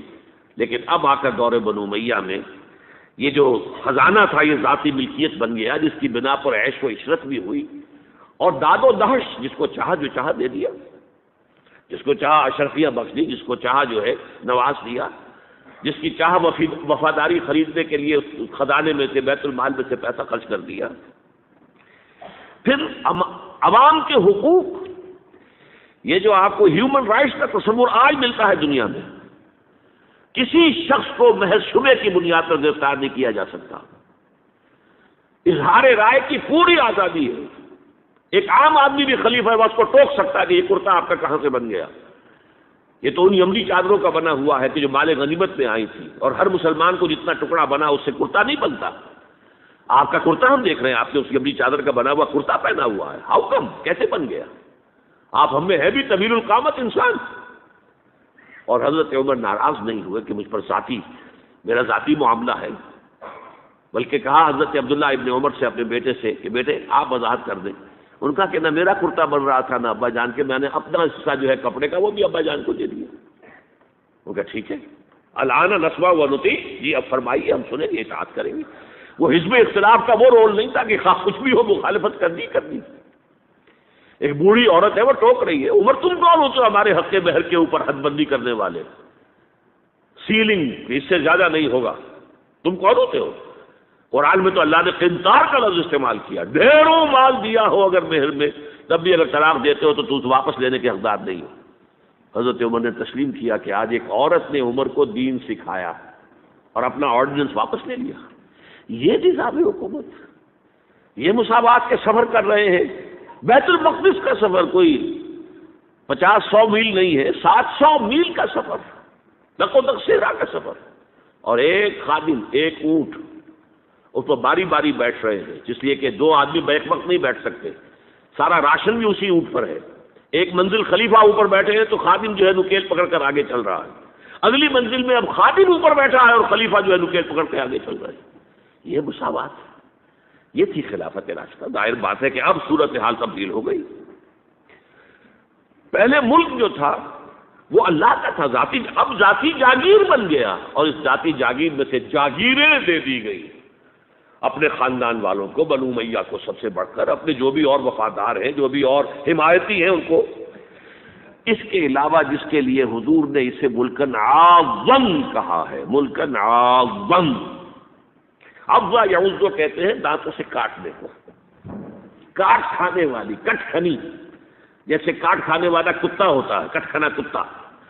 تو یہ کٹ کھنی ملوکیت، اس کے لیے نوٹ کیجئے اسی دور میں حضرت عمر بن عبدالعزیز سے پہلے اسی دور بنو امیہ میں سانحہ کربلا ہوا، عظیم ترین سانحہ. پھر واقعہ حرہ ہوا، 3 دن تک مدینے کو حلال کر دیا گیا فوجیوں کے لیے. جس طرح چاہو لوٹو، جس طرح چاہو عصمت دری کرو، جو چاہو کرو، مال عزت سب تمہارے لیے جائز. مسلمانوں کے ہاتھوں ہوا یہ، اور مدینے کا ہوا، مدینے کا شروع ہوا. پھر اسی دور میں حضرت عبداللہ ابن زبیر کی شہادت ہوئی سن 73 ہجری میں. پھر حجاج ابن یوسف جیسا ڈکٹیٹر اسی دور میں تھا. سینکڑوں تابعین کو جس نے ذرا کوئی بات کہہ دی، جس کے بارے میں ذرا اندیشہ ہوا کہ یہ جو بھی اس وقت کی حکومت ہے اس کے خلاف کوئی بات کہہ رہا، گردن اڑا دو. کوئی پوچھ تاچھ نہیں، کوئی مقدمہ نہیں، کوئی الزام لگا کر ثبوت کو دینے کی کوئی ضرورت ہی نہیں. سینکڑوں تابعی. اسی دور حکومت میں محمد ابن قاسم جو یہاں ملتان تک چل کر آ گیا تھا رحمت اللہ علیہ، اور اب وہ ارادہ کر رہا تھا آزاد کشمیر کی طرف، پہاڑی علاقوں کی طرف جو ہے وہ فتح اور کشمیر کی طرف جانے کا، واپس بلا کر شہید کر دیا گیا. کیوں؟ بہت پاپولر ہو گیا تھا محمد ابن قاسم. ہندوؤں نے اس کے بت بنا کر اپنے مندروں میں رکھ لیے تھے پوجنے کے لیے. یہ تو اوتار ہے، در جوانی توبہ کردل سیوائے پیغمبری. یہ نوجوان اور اتنا نیک، ان کے لیے تو کوئی قیاس کے قابل بات تھی نہیں. اوتار، وہ تو فوراً اوتار مانتے ہیں نا. پھر بت بنا کے مندروں میں رکھ دیے گئے. اندیشہ ہو گیا. ملوکیت کو ہمیشہ خطرہ ہوتا ہے. کوئی شخص ذرا پاپولر ہونے لگے تو کان کھڑے ہو جاتے ہیں کہ ہمارے لیے خطرہ بن جائے گا، لہذا شہید کر دیا گیا. موسیٰ ابن نصیر کے ساتھ یہی ہوا ہے، جن کے ایک جرنیل طارق بن زیاد نے عثمانیہ فتح کیا ہے. بوڑھے جرنیل کو بلا کر سارا دن دھوپ میں کھڑا رکھا گیا ہے، یہاں تک کہ وہ بے ہوش ہو کر گرا ہے. حالانکہ اس کی وجہ سے شمالی افریقہ کے بڑے علاقے فتح ہوئے، اور انہی کے جرنیل سے طارق بن زیاد. یہ ہے وہ کاٹ کھانے والی صفت جو ہے ملوکیت کی، ملکن عاضن. حضرت عمر بن عبدالعزیز نے کیا کیا؟ دیکھیے ان کا تجدیدی کارنامہ صرف 3 نکات پر مشتمل ہے. یہ میں بتا چکا ہوں آپ کو. ابھی نہ عقائد میں کوئی کجی آئی تھی، نہ اعمال میں کوئی خرابی آئی تھی. عوام کے حکومت کے نظام میں تبدیلی ہوئی تھی، اب موروثی ہو گئی تھی اور تحکمانہ ہو گئی تھی. خلیفہ جو ہے وہ موروثی یا نامزد ہوتا تھا، اور یہ جاگیر بن گئی تھی اپنی ذاتی بیت المال. انہوں نے 3 ہی کام کیے. نمبر 1، ان کو خلافت ملی تھی اصل میں سلیمان جو ان سے پہلے خلیفہ تھے ان کی وصیت کی بنیاد پر. لیکن یہ احتیاط کر لی گئی تھی کہ اگر کہیں یہ وصیت پہلے لوگوں کے علم میں آ گئی تو شاید لوگ بغاوت کریں اور حضرت عمر بن عبدالعزیز کو گوارا نہ کریں. لیکن یہ کہ انہوں نے یہ کیا جو اس وقت کے ذمہ دار لوگ تھے کہ پہلے وصیت لا کر وصیت پر بیعت لے لی گئی کہ یہ وصیت ہم تسلیم کریں گے. ابھی سلیمان کے انتقال کی خبر بھی نہیں دی گئی، اسے بھی چھپا کر رکھا ہوا تھا. اس کے بعد وصیت کھولی گئی اور حضرت عمر بن عبدالعزیز، اور اعلان کیا گیا کہ سلیمان کا انتقال ہو گیا. تب لوگوں نے بیعت کر لی، کیونکہ بیعت تو کر چکے تھے، وصیت کی بیعت کر چکے تھے. اس وصیت میں سے عمر بن عبدالعزیز برآمد ہو گئے تو بیعت منتقل ہو گئی. لیکن انہوں نے جا کے اعلان کیا مجمع عام میں، لوگوں مجھ پر یہ خلافت کی ذمہ داری ڈال دی گئی ہے، بغیر مجھ سے پوچھے، بغیر میرے مشورے کے، بغیر میری خواہش کے، لیکن میں آپ کی گردنوں میں سے اپنی خلافت کے اس قلادے کو اتار کر پھینک دیتا ہوں، آپ جسے چاہیں اپنی آزاد مرضی سے مشورے سے خلیفہ بنا دیں۔ یہ پہلی اصلاح تھی، موروثیت ختم، نامزدگی ختم۔ اب اگر چاہتے ہیں آپ، اگر لوگوں کی رائے ہے ان کا مشورہ تو ٹھیک ہے۔ سب نے کہا بیک زبان ہم آپ پر راضی ہیں، ہم آپ ہی کو خلیفہ بنانا چاہتے ہیں۔ پہلی اصلاح تو یہ ہوگی۔ دوسرا کام یہ کیا، جتنی جاگیروں کے ڈاکومنٹس تھے، دستاویزات، وہ سب طلب کیے، خود اپنے گھر سے اپنی بیوی کے سارے زیورات، عبد الملک بن مروان کی بیٹی سارے زیورات بیت المال میں داخل کرتی، اپنی جاگیر سب سے پہلے اپنی جاگیر کو ختم کیا۔ اس زمانے میں شیڈر تو تھے نہیں، مشین تو تھی نہیں، مسجد میں بیٹھے ہوئے تھے حضرت عمر بن عبدالعزیز، اور وہ ایک وثیقہ لایا جاتا تھا اور وہ قینچی سے کاٹ کاٹ کے پھینک رہے تھے۔ بڑا طوفان مچ گیا بنو امیہ کے لوگوں کے اندر، یہ کیا ہو رہا ہے؟ ایک وفد بھی آیا کہ دیکھیے آپ اپنے سے پہلے لوگ جو کچھ انہوں نے کیا تھا، آپ اب جو چاہیں آپ کریں، لیکن پہلے جن لوگوں نے جو کچھ کیا ہے اس کی نفی تو نہ کیجیے۔ حضرت عمر بن عبدالعزیز پوچھتے ہیں دیکھو اگر تمہارے پاس ایک فرمان ہو امیر معاویہ کا اور ایک ہو ان کے بعد کسی چوتھے پانچویں پشت کے اندر آنے والے کا، تو کس کے فرمان کو زیادہ اہمیت ہوگی؟ سب نے کہا امیر معاویہ کے فرمان کی زیادہ اہمیت ہوگی۔ تو فرمایا پھر میرے پاس فرمان جو ہے وہ امیر معاویہ سے بھی بہت پہلے کا ہے، میرے پاس اللہ کی کتاب ہے، قرآن ہے، میں اس کی منہ سے طے کر رہا ہوں، لہذا ہو جائے کم وقت میں، کوئی ناراض ہوتا تو ہو۔ ساری جاگیریں ختم کر دی۔ نمبر 3 واقعہ یہ ہے کہ خود اپنی زندگی کے اندر جو عسرت اور جو تنگ دستی اور جو سادگی اختیار کی ہے، میں سمجھتا ہوں غالباً اس میں وہ حضرت ابوبکر حضرت عمر کو بھی مات دے گئے ہیں رضی اللہ تعالیٰ عنہ۔ حالانکہ بڑے ہی ایک تو حسین اور جمیل انسان تھے، خوش شکل، خوش لباس، شہزادے تھے، گورنر بھی رہے تھے، پھر ان کے والد جو ہے طویل عرصے تک مصر کے گورنر تھے، وہاں ان کی پرورش ہوئی تھی گورنر کے بیٹے کی حیثیت سے، اعلیٰ لباس پہنتے تھے، خوشبو کے اندر اس طریقے سے بسا ہوا کہ جہاں سے گزر گئے ہیں پورا راستہ معطر ہو جاتا تھا۔ لیکن اب اچانک جو آیا ہے، جیسے ہی یہ بیعت ہوئی ہے خلافت کی، ان کی اہلیہ کہتی ہیں، حضرت فاطمہ ان کا نام تھا، کہ آ کر بیٹھ کر اور مسلح پر رونا شروع کر دیا۔ میں نے پوچھا کیوں، کیا ہوا؟ کہ یہ جو بوجھ مجھ پر آن پڑا ہے، یہ ذمہ داری، رونا شروع کیا۔ اور اس کے بعد واقعہ یہ ہے کہ انہوں نے ذاتی زندگی میں کپڑا صرف ایک جوڑا، 2 بھی نہیں، جمعے کے لیے بھی اس کے دھو کر سوکھنے کے لیے انتظار کرنا پڑتا تھا، تب جا کر پہن کر اس کو جمعے میں جاتے تھے۔ ایک دفعہ آئے ہیں اپنی بچیوں سے گفتگو کر رہے تھے تو بچیوں کو دیکھا، عجیب حال ہے کہ وہ جو بھی بات کرتی ہے اپنے منہ پر ہاتھ بھی رکھ لیتی۔ پوچھا کیا سبب ہے؟ کہنے لگی آج ہم نے صرف پیاز سے روٹی کھائی ہے، ہمارے منہ سے بدبو آ رہی ہوگی، ہم نہیں چاہتی کہ آپ کو اس بدبو سے تکلیف پہنچے۔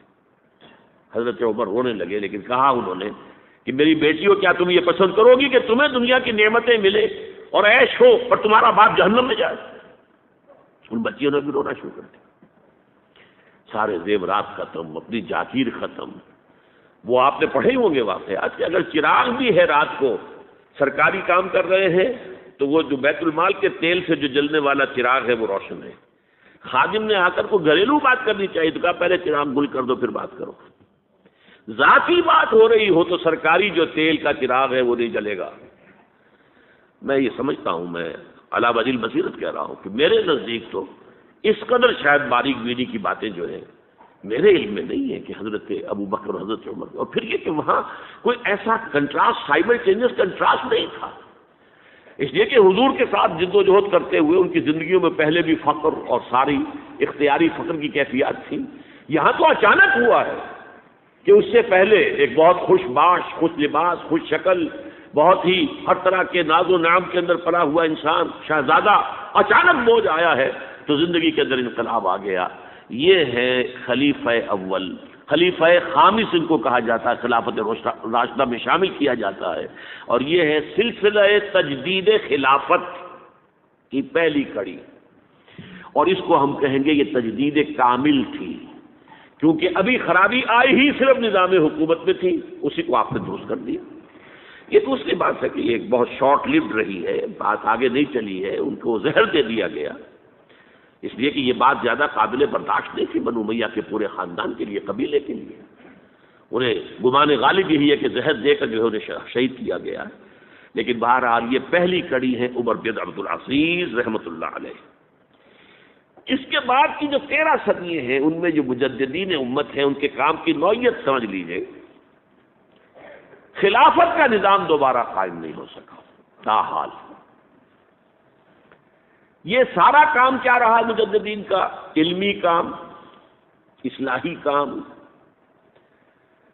کوئی غلط نظریات آ گئے ان کی نفی، بدعات پیدا ہو گئی ان کی نفی، جو وقت کا تقاضا پیدا ہوا اس کو پورا کرنا علمی اعتبار سے۔ یہ مجددین جو ہے، میں جلدی سے آپ کو ان کی ایک فہرست جو ہے موٹے موٹے نام سنا دیتا ہوں۔ سب سے پہلا کام تھا جمع و تدوین حدیث اور تدوین فقہ اسلامی، ایک عظیم مملکت بن گئی تھی، تو اب اس کے لیے ضرورت تھی قانون کی، قانون اس طریقے سے مدون موجود نہیں تھا۔ تو ائمہ اربعہ ابو حنیفہ، مالک، شافعی، احمد ابن حنبل، ان لوگوں کا شمار مجددین امت میں ہے کہ انہوں نے علمی تقاضا جو ہے پورا کیا۔ امام بخاری، امام مسلم حدیث کو جمع کیا، اور احمد ابن حنبل رحمۃ اللہ علیہ نے خلق قرآن کے مسئلے کا جو ہے اس کا استیصال کیا اور اس کے مقابلے میں چٹان بن کر کھڑے ہوئے۔ دو حضرات کا نام آتا ہے بہت نمایاں ہو کر، وعظ اور نصیحت و ارشاد، اسی وجہ سے یہ ہمارے ہاں کے تصوف کے سلسلوں میں سب سے زیادہ معروف نام ہیں دو، حضرت حسن بصری رحمۃ اللہ علیہ، اس لیے کہ 3 سلسلے ہمارے آپ کو معلوم ہے، قادریہ بھی اور چشتیہ بھی اور سوروردیہ بھی، حضرت علی سے پھر حضرت حسن بصری کے ذریعے سے آگے آتے ہیں، اور دوسرے شیخ عبد القادر جیلانی، وہ تو یوں سمجھیے کہ اس آفتاب ارشاد و ہدایت کے سورج کی حیثیت رکھتے ہیں۔ انہیں لوگوں نے اپنے محبت کے غلوب میں جو نام دیے، پیران پیر اور پیران پیر دستگیر اور غوث العظم، وہ اپنی جگہ پر ہے، اس کو چھوڑ دیجئے، لیکن اس میں کوئی شک نہیں کہ وعظ و نصیحت کی معراج پر تھے۔ فتنہ اعتزال پیدا ہوا اور ضرورت پیدا ہوئی کہ اسلام کے صحیح عقائد کو مرتب کر دیا جائے، تو امام ابو الحسن الاشعری میدان کے اندر آئے، انہوں نے یہ فریضہ سر انجام دیا اور معتزلہ کا جو ہے رد کیا اور ختم کیا اس کو۔ پھر فلسفہ یونان اور منطق، ارسطو کے منطق میں آ کر جو ڈیرا ڈالا ہے عالم اسلام پر بنو عباس کے دور میں، اور شک، شکوک، شبہات، تشکک، اسکیپٹسزم، ہر طرح کے شکوک، یہ جب پیدا کی ہے تو عظیم شخصیت امام غزالی رحمۃ اللہ علیہ کے سامنے آئی، انہوں نے اس کا ابطال کیا، اس کا رد کیا، مسلمانوں کے ذہنوں پر سے مرعوبیت جو تھی یونان کے فلسفے اور منطق کی، اس کو ختم کیا۔ بدعات و منکرات کچھ تصوف کے راستے سے، کچھ عام لوگوں کے یہاں رسومات جو پیدا ہو رہی تھی، ان کے ضمن میں علامہ ابن جوزی رحمۃ اللہ علیہ بڑی ہمت کے ساتھ صاحب اولو العزم ان لوگوں میں سے ہیں، اور اس کے ساتھ ہی علامہ عز الدین ابن عبد السلام۔ روح دین کا احیاء، روح دین ہے عشق الہی، لیکن جب ہمارے ہاں ایک تو یہ کہ فقہی اعتبار سے مال کی کھال اتارنے کے معاملات شروع ہو گئے، اور ایک یہ کہ علم کلام کی بحثیں الجھی ہوئی شروع ہو گئی، تو ان دونوں حلقوں میں سے وہ جو اصل روح تھی اسلام کی، دین کی، اللہ کی محبت، عشق خداوندی، اس کا چراغ کچھ ٹمٹمانے لگا، تو مولانا روم سامنے آئے منظر عام پر، شاد باد عشق خوش سودائے ماں، اے طبیب جملہ علت ہائے ماں، اللہ کی محبت جو ہے اس کی روح کو انہوں نے زندہ کیا ہے۔ پھر احیاء علم دین، امام ابن تیمیہ رحمۃ اللہ علیہ، یہ میں نے الف اول کے 1000 سال، جو پہلا 1000 سال ہے امت کا، اس کے جو بڑے بڑے نام ہیں، بڑے اہم ہیں، وہ آپ کے سامنے بیان کیے ہیں۔ اس کے بعد آتا ہے الف ثانی، دوسرا 1000 سال جب شروع ہوا امت مسلمہ کا، اس کے بارے میں ایک بات تو یہ نوٹ کیجئے کہ جغرافیائی اعتبار سے مرکز ثقل جو ہے امت مسلمہ کا، امت محمد کا صلی اللہ علیہ وسلم، وہ عالم عرب سے منتقل ہوا ہے جنوبی ایشیا میں، بر عظیم پاک و ہند میں۔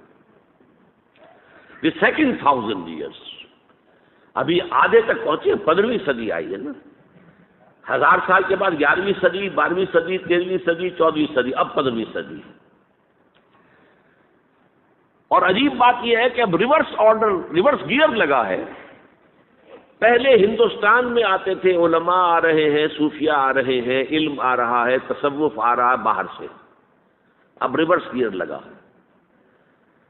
11ویں صدی ہجری کے مجدد اعظم، مجدد الفسانی شیخ احمد سرہندی رحمۃ اللہ علیہ، ان کا سلسلہ نقشبندیہ مجددیہ اب یہاں سے نکل کر ریورس گیئر لگا ہے، افغانستان، ترکستان، پھیلتا پھیلتا کہاں تک، پورے ٹرکش بیلٹ کے اندر یہی سلسلہ مجددیہ جو ہے، نقشبندیہ، یہاں تک کہ آپ کے علم میں ہوگا قبر سائپرس جو ہے اس کے اندر ایک بہت بڑا مرکز ہے۔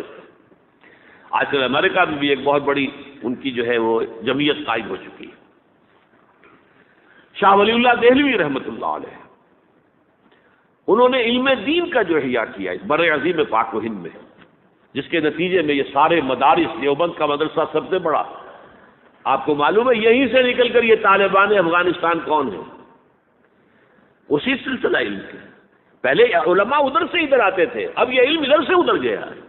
یہ سارے وہ علوم جو ہے وہ حقانیہ ہو، یا بنوری ٹاؤن کا مدرسہ ہو، یا کراچی کا جو دارالعلوم ہو، یا لاہور کا چاہے جامعہ اشرفیہ ہو اور چاہے جامعہ مدنیہ ہو، یہ کون ہے؟ یہ دیوبند کی بیٹیاں ہیں۔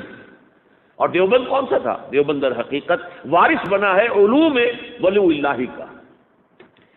پھر سید احمد بریلوی، جنہوں نے جہاد بالسیف کو اس تازہ کیا، مجدد جہاد اسلامی، سید احمد بریلوی، شاہ اسماعیل شہید رحمۃ اللہ علیہ۔ 14ویں صدی کے بارے میں اختلافات ہیں۔ 14ویں صدی کو ابھی ختم ہوئے، 20-21 برس گزرے ہیں، 22ویں برس میں ہیں اب ہم 15ویں صدی کے۔ آپ کو معلوم ہوگا کہ دیوبندی حضرات کا ایک بہت بڑا حلقہ ہے جو مولانا اشرف علی تھانوی رحمۃ اللہ علیہ کو سمجھتا ہے کہ وہ 14ویں صدی کے مجدد تھے، بلکہ مولانا عبدالباری ندوی رحمۃ اللہ علیہ نے تو کتاب لکھی جامع المجددین، مجددوں کے جامع۔ لیکن جو دیوبندی حلقے کے اندر جو حسینی مزاج کے لوگ ہیں، مولانا حسین مدنی رحمۃ اللہ علیہ کے عقیدت مند، وہ مولانا رشید احمد گنگوہی کے بارے میں سمجھتے ہیں رحمۃ اللہ علیہ کہ وہ 14ویں صدی کے جو مجدد تھے۔ ہمارے ہاں کا جو بریلوی مکتب فکر ہے وہ اعلیٰ حضرت مولانا احمد رضا خان صاحب کو سمجھتا ہے کہ وہ مجدد تھے۔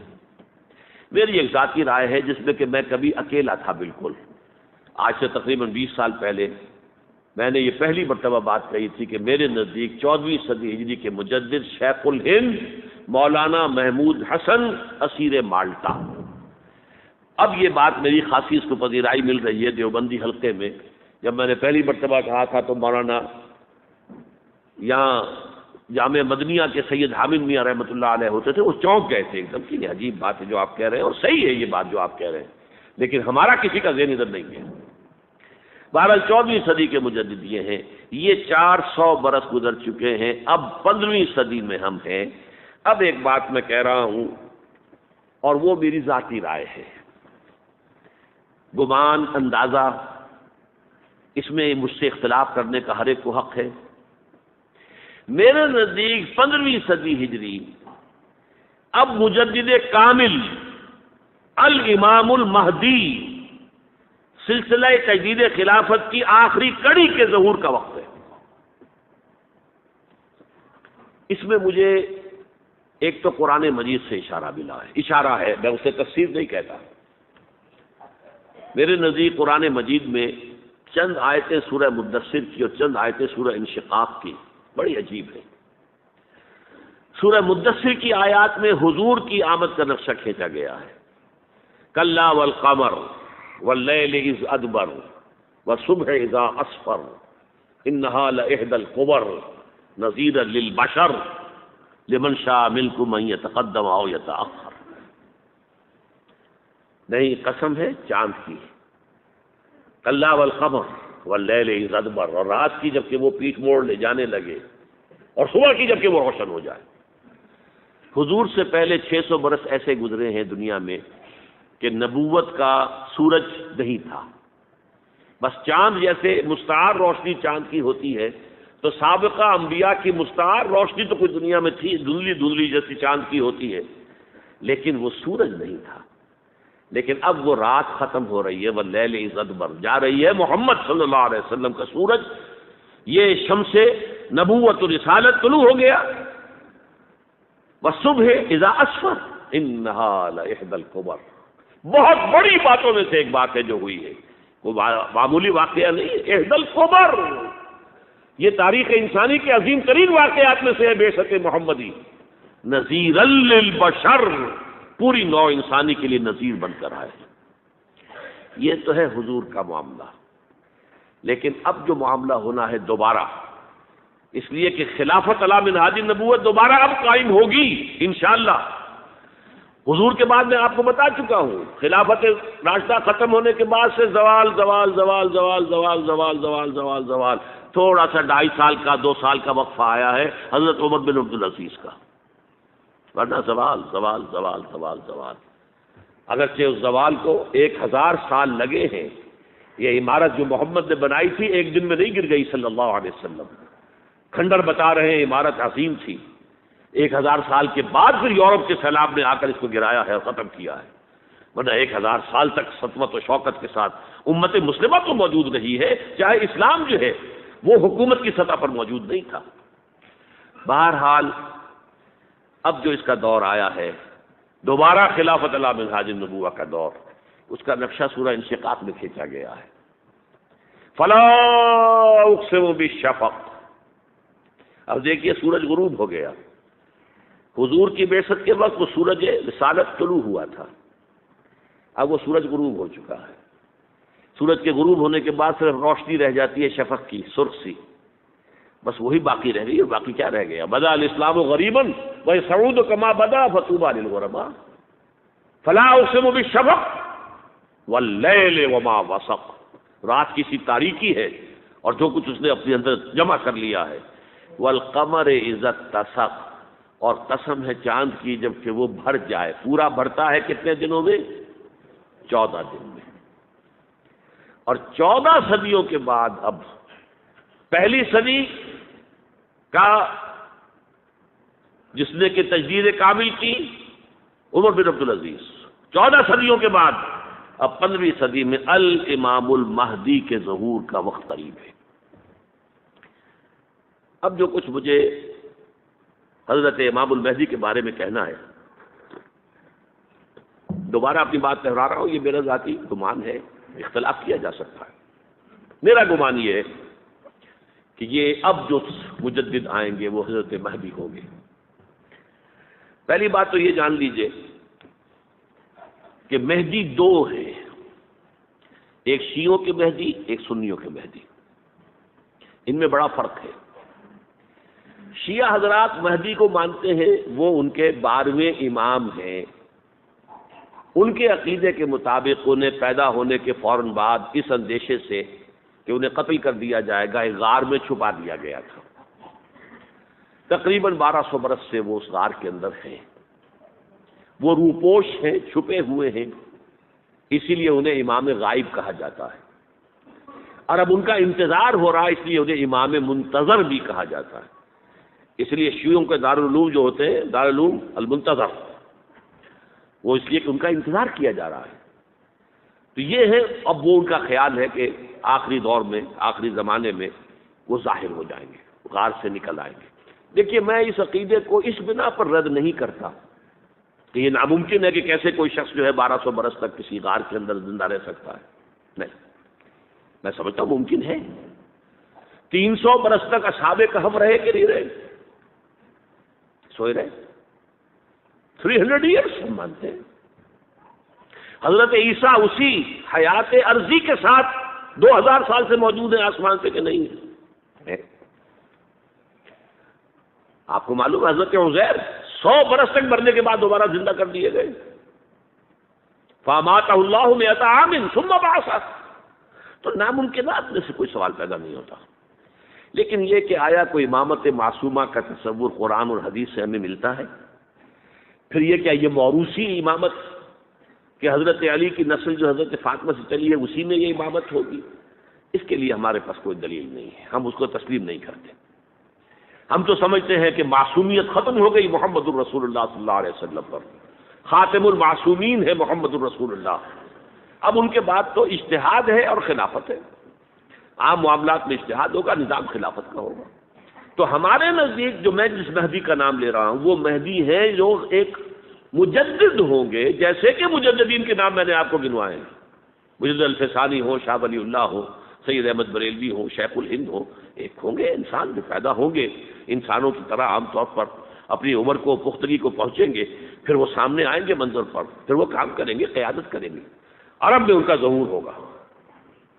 دوسری بات یہ نوٹ کر لیجئے حضرت مہدی کے بارے میں، ہمارے ہاں احادیث کے جو مجموعے ہیں ان میں جو ٹاپ کے 2 مجموعے ہیں ان میں کہیں حضرت مہدی کا ذکر نہیں ہے، نہ صحیح بخاری میں نہ صحیح مسلم میں. لیکن ہم اسے نظر انداز نہیں کر سکتے کہ صحائح ستہ کی بقیہ 4 کتابوں کے اندر موجود ہیں، لہذا نظر انداز نہیں کر سکتے، اگنور کرنا ممکن نہیں ہے. اب اس میں میں چاہتا ہوں کہ کچھ حدیثیں آپ کو میں سناؤں جن میں حضرت مہدی کا تذکرہ کیا گیا ہے. پہلی ہے وعن عبداللہ ابن مسعود قال قال رسول اللہ صلی اللہ علیہ وسلم. حضرت عبداللہ ابن مسعود سے روایت ہے، وہ فرماتے ہیں کہ حضور نے ارشاد فرمایا لا تذهب الدنيا حتى يملك العرب رجل من اہل بیتی. یہ دنیا ختم نہیں ہوگی جب تک کہ عرب پر میرے اہل بیت میں سے ایک شخص کی حکومت قائم نہ ہو. اور آپ کو معلوم ہے کہ آج تک عرب پر حضور کے اہل بیت کی کوئی حکومت قائم نہیں ہوئی. اور جب قائم ہوئی بھی تھی حضرت علی کو اگر شمار کیا جائے، اس لیے کہ حضور نے وہ جو مشہور واقعہ ہے کہ ایک چادر میں لے لیا تھا حضرت علی کو اور حضرت فاطمہ اور حضرات حسنین کو، اللہم ہؤلاء اہل بیتی، اے اللہ یہ بھی میرے اہل بیت ہیں. تو حضرت علی کی بھی حکومت منعقد نہیں ہوئی، پورے عالم اسلام پر ان کی حکومت نہیں تھی، اس لیے کہ شام اور مصر دونوں صوبے جو ہیں انہوں نے ان کی اطاعت قبول نہیں کی تھی. اس حوالے سے یہ معاملہ ابھی ہونا ہے. لا تذهب الدنيا حتى يملك العرب رجل من اہل بیتی یواطئ اسمہ اسمی. اس کا نام وہی ہوگا جو میرا نام ہے، یعنی محمد صلی اللہ علیہ وسلم، اور ان کا نام بھی مہدی کا نام بھی محمد ہو. مہدی تو ان کا لقب ہے. یہ ترمذی میں بھی ہے، ابو داؤد میں بھی ہے، سنن ابی داؤد، جامع ترمذی. بلکہ ابو داؤد میں ایک اور روایت ہے، قال حضور نے فرمایا لو لم يبقى من الدنيا الا يوم، اگر دنیا کی زندگی میں سے کچھ بھی نہ بچے سوائے ایک دن کے، لطول اللہ تعالی ذلك اليوم، تو اللہ تعالیٰ اس دن کو لمبا کر دے گا، حتی یبعث فیہ رجلا منی، یہاں تک کہ میرے خاندان میں سے ایک شخص کو اٹھائے گا، من اہل بیتی، میرے اہل بیت میں سے، یواطئ اسمہ اسمی و اسم ابی ہے اسم ابی، جس کا نام میرے نام پر ہوگا، جس کے والد کا نام میرے والد کے نام پر ہوگا، محمد ابن عبداللہ ان کا نام ہوگا. اور وہ یملأ الارض قسطا وعدلا کما ملئت ظلما وجورا، وہ سرزمین عرب کو عدل اور انصاف سے اسی طرح بھر دیں گے جیسے کہ وہ ظلم اور زیادتی سے بھر چکی ہوگی. دوسری روایت ہے حضرت ابو سعید خدری رضی اللہ تعالیٰ عنہ سے، حضور نے فرمایا المہدی منی اجل الجبہۃ اقن الانف یملأ الارض قسطا وعدلا کما ملئت ظلما وجورا یملک 7 سنین، رواہ داؤد. کہ مہدی مجھ میں سے ہوں گے بڑی روشن پیشانی والے اور بڑی کھڑی ناک والے، وہ زمین کو بھر دیں گے انصاف سے اور عدل سے جیسے کہ وہ ظلم سے بھری ہوئی ہوگی، اور وہ 7 برس تک حکومت کریں گے. عرب میں خالص خلافت علی منہاج النبوہ کا نظام حضرت مہدی کے ہاتھوں قائم ہوگا اور 7 برس تک قائم رہے گا عرب کے اندر. اس کا اگلا مرحلہ میں بعد میں بیان کروں گا. تیسری روایت، اور اس کو میں اس لیے خاص طور پر سنا رہا ہوں کہ اس میں وہی الفاظ آئے ہیں جو میں نے ابتدا میں حدیث آپ کو سنائی تھی، اس کے الفاظ ہیں. عن ابی سعید قال ذکر رسول اللہ صلی اللہ علیہ وسلم بلان یصیب هذه الامہ حتی لا یجد الرجل ملجا یلجا الیہ من الظلم. حضور نے ذکر فرمایا کہ ایک دور ایسا آئے گا انتہائی ابتلا اور آزمائش اور مصائب کا کہ کسی شخص کو کوئی سر چھپانے کی جگہ نہیں ملے گی اس ظلم سے اپنے آپ کو بچانے کے لیے. فَيَبْعَثُ اللَّهُ رَجُلًا مِنْ عِتْرَتِي وَأَهْلِ بَيْتِي، تو پھر اللہ میرے خاندان میں سے، میرے اہل بیت میں سے اٹھائے گا ایک شخص کو. فَيَمْلَأُ بِهِ الْأَرْضَ قِسْطًا وَعَدْلًا، اور اس کے ذریعے سے اللہ تعالیٰ زمین کو عدل و قسط سے بھر دے گا. يَرْضَى عَنْهُ سَاكِنُ السَّمَاءِ، یہ وہی الفاظ آ گئے. اب اس سے پھر راضی ہو جائیں گے آسمانوں میں رہنے والے بھی، وَسَاكِنُ الْأَرْضِ، اور زمین میں رہنے والے بھی. لَا تَدَعُ السَّمَاءُ مِنْ قِطَرِهَا شَيْئًا إِلَّا صَبَّتْهُ، آسمان اپنا ایک قطرہ بھی نہیں روکے گا مگر یہ کہ اس کو زمین کے اوپر نثار کر دے گا، بارش کی شکل میں گرا دے گا. وَلَا تَدَعُ الْأَرْضُ مِنْ نَبَاتِهَا شَيْئًا إِلَّا أَخْرَجَتْهُ، اور زمین اپنی پیداوار میں سے کوئی شے نہیں چھپائے گی، نہیں روکے گی مگر کہ اس کو ظاہر کر دے گی. چوتھی حدیث جو ہے وہ حضرت ام سلمہ سے رضی اللہ تعالی عنہ قال سمعت رسول اللہ صلی اللہ علیہ وسلم یقول المہدی من عترتی من اولاد فاطمہ، رواہ ابو داؤد، یہ بھی سنن ابو داؤد کی روایت ہے. حضور نے فرمایا مہدی میرے خاندان سے، میرے اہل بیت سے ہوں گے، یعنی اولاد فاطمہ میں سے. اور تفسیر اس کی آتی ہے کہ حضرت حسن کی اولاد میں سے ہوں گے. پانچویں حدیث میں آپ کو سنا رہا ہوں، اور اس میں ایک عجیب مشابہت آپ کے سامنے آئے گی حضرت عمر بن عبدالعزیز کے ساتھ. یہ اول اور آخری کڑی کے درمیان مشابہت. ان علی رضی اللہ تعالی عنہ، یہ حدیث جو ہے مسند احمد ابن حنبل میں بھی ہے اور سنن ابن ماجہ میں بھی ہے. قال قال رسول اللہ صلی اللہ علیہ وسلم المہدی منا اہل البیت یصلح اللہ فی لیلۃ، مہدی ہم میں سے ہوں گے، ہمارے اہل بیت میں سے، اور اللہ ایک ہی رات میں ان کی اصلاح کر دے گا. یعنی وہ پہلے سے کوئی زیادہ روحانی یا دینی کوئی اس سے اس طرح کی شخصیت نہیں ہوں گے، لیکن ایک ہی رات میں اللہ تعالیٰ ان کی سیرت و کردار کے اندر انقلاب عظیم برپا کر دے گا. جیسے کہ میں نے عرض کیا تھا آپ سے کہ عمر بن عبدالعزیز کی زندگی میں انقلاب عظیم آیا ہے. خلافت کا بوجھ پڑتے ہی کہاں وہ خوش باش اور خوش لباس اور خوش خوراک، وہ شہزادہ ٹھاٹ باٹ والا، جاگیر والا، گورنر کا بیٹا اور خود گورنر، اور کہاں یہ کہ اس کی وہ درویشی جو میرے نزدیک واللہ عالم، ڈرتے ڈرتے کہہ رہا ہوں، میرے نزدیک وہ حضرت ابو بکر، حضرت عمر اور حضرت علی کی درویشی کو بھی مات دے گئی. لیکن کنٹراسٹ بہت شدید ہے. وہاں جو بھی کچھ تھا وہ تدریجاً آیا تھا، ہوتے ہوتے ہوتے ایک انتہا، اور یہاں سڈن آیا. چھٹی حدیث عن انس سمعت رسول اللہ صلی اللہ علیہ وسلم یقول نحن ولد عبد المطلب سعادت اہل الجنہ، ہم عبد المطلب کی جو اولاد ہیں اور نسل ہیں، ہم جنت کے سردار ہیں. اور پھر آپ نے نام گنوائے ہیں، انا وحمزۃ وعلی وجعفر والحسن والحسین والمہدی، میں خود اور حضرت حمزہ بنو عبد المطلب میں سے، عبد المطلب کے بیٹے، اور علی اور جعفر حضرت علی کے بھائی جعفر طیار، اور حسن اور حسین حضرت فاطمہ کے لخت جگر حضرت علی کے بیٹے، والمہدی، اور آخر میں جا کر پھر مہدی. اب میں آپ کو ایک حدیث سنانے چلا ہوں جس میں ایک عجیب نقشہ سامنے آتا ہے کہ یہ مہدی جب ظاہر ہوں گے تو کس طور سے ظاہر ہوں گے، ان کے ظہور کی کیفیت کیا ہوگی، کیف یظہر. یہ روایت ہے حضرت ام سلمہ سے رضی اللہ تعالی عنہ، حضور کی زوجہ محترمہ ہیں.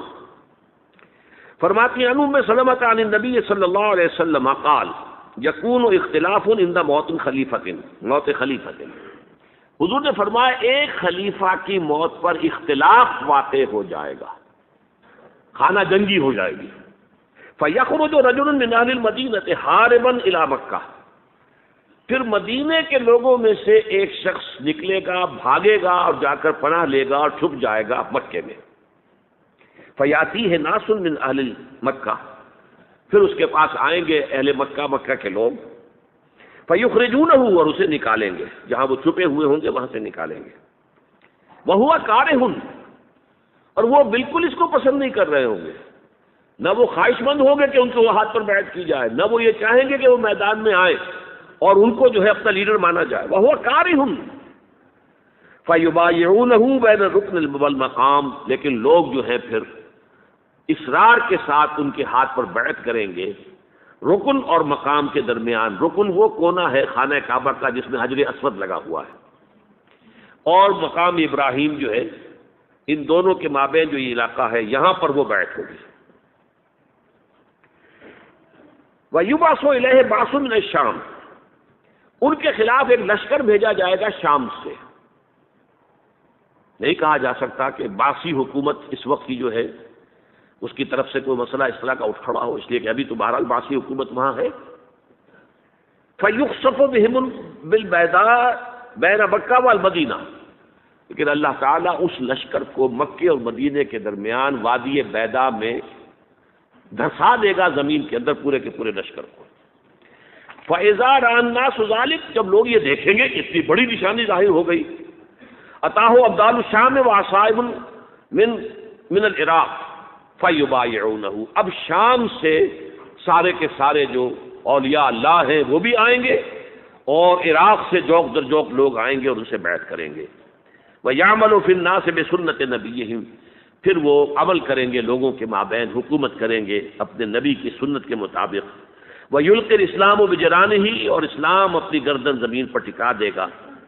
وَالْأَرْضِ فی الارض، زمین میں. فَيَلْبَسُ 7 سنین، پھر وہ 70 برس تک حکمران رہیں گے، 7 برس تک حکمران رہیں گے. ثم یتوفا، پھر ان کا انتقال ہوگا. ویصلی علیہ المسلمون، اور مسلمان ان پر نماز پڑھیں گے. یہ جو میں نے آپ کے سامنے نقشہ کھینچا ہے، اس سے اب میں ایک نتیجہ نکالتا ہوں. اسے بھی میرا گمان کہیے، اختلاف بھی کر سکتے ہیں، آپ اگر اس کو وزنی سمجھے تو قبول بھی کر سکتے ہیں. وہ یہ ہے کہ میرے نزدیک شاہ فہد کے انتقال پر لا محالہ یہ صورتحال پیدا ہو جائے. ولی عہد وہاں ہے عبداللہ بن عبد العزیز.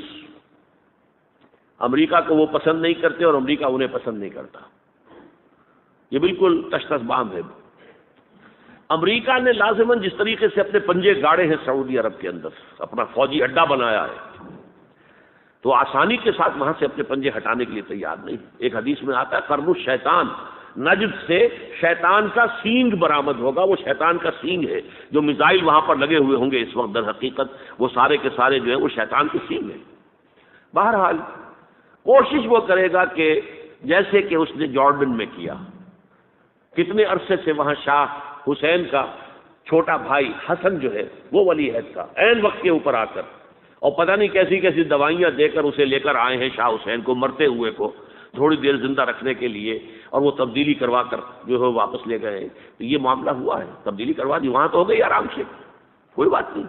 بحرین میں بھی غالباً ایسا ہی معاملہ ہوا ہے، واللہ عالم. مجھے یاد پڑتا ہے کہ وہ چاہتے ہیں کہ ہمارا پسند کا آدمی آئے. اگر سعودی عرب میں یہ کام کیا گیا تو اس کا لازمی نتیجہ خانہ جنگی ہوگا، اس لیے کہ وہاں کی روایت کی بڑی سخت ہے، بڑی پختہ ہے. پھر یہ کہ وہاں جو ہے امیر عبداللہ جو ہے، جو وہاں پر اگرچہ سپہ سالار وہ نہیں ہے، کمانڈر ان چیف وہ نہیں ہے، کمانڈر ان چیف تو کوئی اور ہے، لیکن الحرس الوطنی جو ہے نیشنل گارڈز بہت بڑی فورس ہے. وہ اصل بیڈوین فورس جو ہے صحرا کے لوگوں کی عرب فورس، وہ در حقیقت الحرس الوطنی ہے، نیشنل گارڈ ہے، اور اس کا کمانڈر ان چیف یہ ہے امیر عبداللہ. تو لازماً یہ شکل جو ہے پوری ہو کر رہے گی. جیسے ہی یہ معاملہ ہوا شاہ فہد کے انتقال کا تو یہ اختلاف ہوگا، خانہ جنگی ہوگی. پھر کوئی اللہ کا بندہ جو ہوگا، میرے نزدیک میں آج سے کوئی 6-7 سال پہلے سالانہ اجتماع تھا تنظیم اسلامی کا راول پنڈی میں، میں نے اس وقت وہاں کہا تھا، اس سے ذرا اخبارات میں بھی کچھ وہ کنٹروورسی آئی تھی کہ میرے نزدیک امام مہدی پیدا ہو چکے ہیں، ان کے ظہور کا وقت قریب ہے. اور اس کی تھوڑی سی بعد میں مجھے معلوم ہوا کہ جین ڈکسن غالباً نام ہے امریکن اس کا، جس نے یہ خبر دی تھی کہ 1962 میں عالم عرب میں ایک بچہ پیدا ہوا ہے کہ جو وہاں کا نقشہ بدل کر رکھ دے گا. یہ جین ڈکسن کی غالباً پیشن گوئی ہے. بہرحال مجھے اس کی پیشن گوئی سے کوئی دلچسپی نہیں ہے. میں تو جو احوال دیکھ رہا ہوں، یعنی اسرائیل کا قائم ہو جانا، اور اس کے بعد اب یروشلم کا مسلمانوں کے ہاتھوں سے نکل جانا، اور اب گویا کہ وہ الملحمۃ العظمیٰ جو ہے تلی کھڑی ہے، کسی بھی وقت جو ہے یہ جو ہے وہ لاوا پھٹ سکتا ہے، آتش فشاں پھٹ سکتا ہے.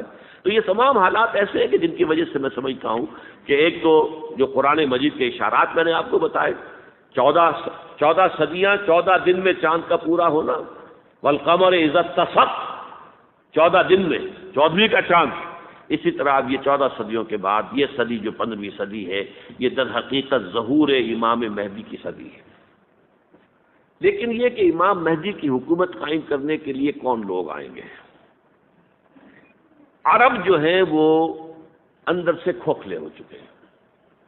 عیاشی نے، دولت نے، پیسے نے، دولت، پیسہ، عیاشی، اس کی وجہ سے کھوکھلے ہو چکے ہیں. یہاں میں آپ کو 2 حدیثیں سنانا چاہتا ہوں. سنن ابن ماجہ کی روایت ہے حضرت ابو ہریرہ سے رضی اللہ تعالی عنہ، قال قال رسول اللہ صلی اللہ علیہ وسلم اذا وقعت الملاحم بعث اللہ بعثا من الموالی هم اکرم العرب فرسا واجودہ سلاحا یوید اللہ بہم الدین، رواہ ابن ماجہ عن ابی ہریرہ رضی اللہ تعالی عنہ. جب ملاحم کا دور شروع ہوگا تو اللہ تعالیٰ اٹھائے گا ایک لشکر یا لشکروں پر لشکر موالی میں سے. موالی کون ہے؟ عربوں نے جب فتح کیا تھا اس پورے علاقے کو خلافت راشدہ کے دوران، اور پھر وہ لوگ جو ہے، ایک رائے تو یہ تھی کہ غلام بنایا جائے ساری آبادیوں کو، لیکن یہ کہ حضرت عمر کا اجتہاد تھا، اس کے مطابق جو ان کو غلام نہیں بنایا گیا تو وہ موالی کی حیثیت رکھتے ہیں. عربوں میں دم نہیں ہے، موالی میں سے لشکر اٹھیں گے کہ جو در حقیقت حضرت مہدی کی حکومت کو قائم کریں گے. دوسری حدیث سنیے عن عبداللہ بن الحارث رضی اللہ تعالی عنہ، اور یہ ابن ماجہ کی روایت ہے. قال قال رسول اللہ صلی اللہ علیہ وسلم یخرج الناس من المشرق فیوقعون للمہدی یعنی سلطانہ. لشکر نکلیں گے، لوگ آئیں گے مشرق سے، اور وہ حضرت مہدی کی حکومت کو جمائیں گے اور قائم کریں گے. اب ذرا نوٹ کیجئے کہ جزیرہ نما عرب کے مشرق میں کون سے ملک ہیں؟ 3: ایران، افغانستان، پاکستان. یہ 3 سالڈ مسلم ممالک، مسلم آبادی اکثریت. ویسے تو یہ کہ آگے ہندوستان میں 20 کروڑ مسلمان ہیں، لیکن وہ 20 کروڑ جو ہے وہ تو 80 کروڑ کے اندر تحلیل ہو جاتے ہیں غیر مسلموں میں. لیکن یہاں جو معاملہ ہے یہ غالب اکثریت کے. ان میں سے ایران کا معاملہ جہاں تک ہے، نمبر 1 یہ کہ وہ شیعہ عقائد کے حصار میں بند ہے، اس سے ادھر ادھر ہونا اس کے لیے ممکن نہیں. حدیث میں یہ بھی آتا کہ اصفہان سے 70,000 یہودی دجال کا ساتھ دیں گے. لیکن بہرحال خراسان ایک صوبہ ہے افغانستان کا اس وقت بھی شمال مشرقی کونے میں، مجھے امید ہے وہاں سے خیر کی، کیونکہ خراسان کا لفظ وہاں پہ شامل ہے. اور حضور کی حدیث میں بعد میں آپ کو سناؤں گا کہ خراسان سے فوجیں چلیں گی جو یروشلم کو دوبارہ حاصل کریں گی، فتح کریں گی. جیسے پہلے یروشلم کھویا عربوں نے تھا، دوبارہ حاصل کیا تھا کرد نے، کرد خون صلاح الدین ایوبی رحمۃ اللہ علیہ، ایسے اب پھر عربوں نے کھویا ہے، لیکن لینے والے خراسان سے لشکر آئیں گے. یخرج من خراسان رایات سود لا یردها شیء حتی تنصب بإیلیا. خراسان کے علاقے سے کالے علم لے کر لشکر چلیں گے جن کے رخ کو کوئی موڑ نہیں سکے گا جب تک کہ وہ جا کر یروشلم میں نصب نہ ہو جائے.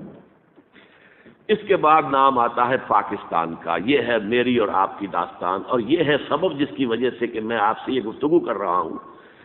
اصل میں تو کس لیے؟ محض ایک علمی استفادہ، محض اپنی بات آراء کو ظاہر کرنے کا شوق نہیں، بلکہ یہ کہ اپنی ذمہ داری ہم پہچانیں کہ ہم کس مقام پر کھڑے ہیں. دیکھیے، اس پاکستان کے بارے میں یا ہندوستان کے بارے میں علامہ اقبال نے کہا تھا اپنے ترانہ ملی میں، میرے عرب کو آئی ٹھنڈی ہوا جہاں سے، میرا وطن وہی ہے، میرا وطن وہی ہے. اور مجھے بتایا گیا کہ سنن ابی داؤد میں یہ روایت موجود ہے کہ حضور نے فرمایا کہ ہندوستان کی طرف سے مجھے ٹھنڈی ہوا آتی، اگرچہ مجھے وہ حدیث ابھی نہیں ملی ہے، لیکن حزب التحریر کا ایک کارڈ مجھے ملا تھا، تو اس میں اس حدیث کا اور اس میں ابو داؤد کی روایت کا ایک حوالہ موجود تھا. لیکن میں جو چیز آپ کو بتا چکا ہوں وہ یہ کہ الف ثانی کا پورا تجدیدی کارنامہ اس ہندوستان کی سرزمین میں ہوا. مجدد الف ثانی شیخ احمد سرندی، شاہ ولی اللہ دہلوی، سید احمد بریلوی، وہ تو ہمارے پاکستان میں آ کر جو ہے ان کا خون جذب ہوا ارض پاکستان میں. پھر شیخ الہند مولانا محمود حسن. تحریک خلافت چلی تو صرف ہندوستان میں چلی اور کہیں نہیں چلی. آزادی کی تحریک چلی پوری دنیا میں، وہ نیشنلزم کی بنیاد پر چلی، ملے نیشنلزم، عرب نیشنلزم، ترک نیشنلزم. ہمارے ہاں چلی تو اسلام کے نام پر پاکستان کا مطلب کیا؟ لا الہ الا اللہ. پھر پاکستان قائم ہوا معجزے کے طور پر، بلکہ نازل ہوا ہے لیلۃ القدر میں. انا انزلناہ فی لیلۃ القدر، جیسے قرآن نازل ہوا لیلۃ القدر میں، پاکستان بھی نازل ہوا لیلۃ القدر میں. اس کا برقرار رہنا ابھی تک معجزہ ہے. ہندو یہ سمجھتا تھا، کانگریس سمجھتی تھی کہ جھٹپٹ ختم ہو جائے گا. پھر یہ کہ اس کا قرارداد مقاصد کا پاس ہو جانا، مزید بھی اور اضافی دفعات دستور میں آ جانا، اب کمرشل انٹرسٹ کو ربا قرار دے کر حرام قرار دینا، یہ سارے لینڈ مارکس ہیں کہ جو اشارہ کر رہے ہیں کسی چیز کی طرف، معاملہ کدھر جا رہا ہے. پھر یہ کہ یہ جو 14ویں صدی کے مجدد تھے شیخ الہند، اس کے بعد سے کچھ ایسی شخصیتیں عظیم پیدا ہوئی ہیں ہند میں، جن کو میں سمجھتا ہوں کہ 14ویں صدی کے مجدد اور 15ویں صدی کے مجدد کے درمیان یہ 15ویں صدی کے مجدد کی راہ کو سیدھا کرنے والے، جیسے کہ حضرت یحییٰ نے کہا تھا میں تو آنے والے کا راستہ سیدھا کر رہا ہوں حضرت عیسیٰ کے لیے، ایسے ہی 15ویں صدی کے لیے امام مہدی کے لیے راستہ صاف کرنے والے سب سے پہلے علامہ اقبال، جنہوں نے اسلام کا تصور دین کی حیثیت سے دوبارہ زندہ کیا ہے، ورنہ اسلام ایک مذہب کی شکل اختیار کر چکا تھا.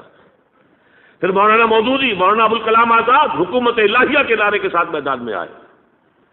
یہ اقبال نے جو تصور پیش کیا تھا اس پر عملی جد و جہد کے لیے حزب اللہ قائم ہوئی. نوٹ کر لیجئے 11 برس کا فرق ہے عمر کا علامہ اقبال کے اور ابوالکلام کے. اور 1913 میں جب حزب اللہ قائم کی ہے اس وقت علامہ اقبال کی ملی شاعری اپنے عروج کو پہنچ چکی تھی.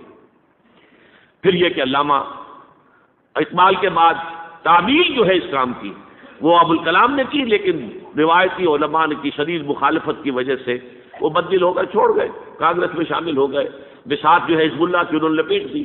پھر مولانا مودودی آئے، انہوں نے وہ ڈور جو ہے اس کا سرا تھاما، جماعت اسلامی قائم کی حکومت الہیہ ہی کے قیام کے لیے. اگرچہ میرے نزدیک یہ کہ وہ انتخابی اور ایک قومی سیاست کی ایک جماعت بن کر پاکستان میں جو ہے دلدل میں پھنس گئی ہے.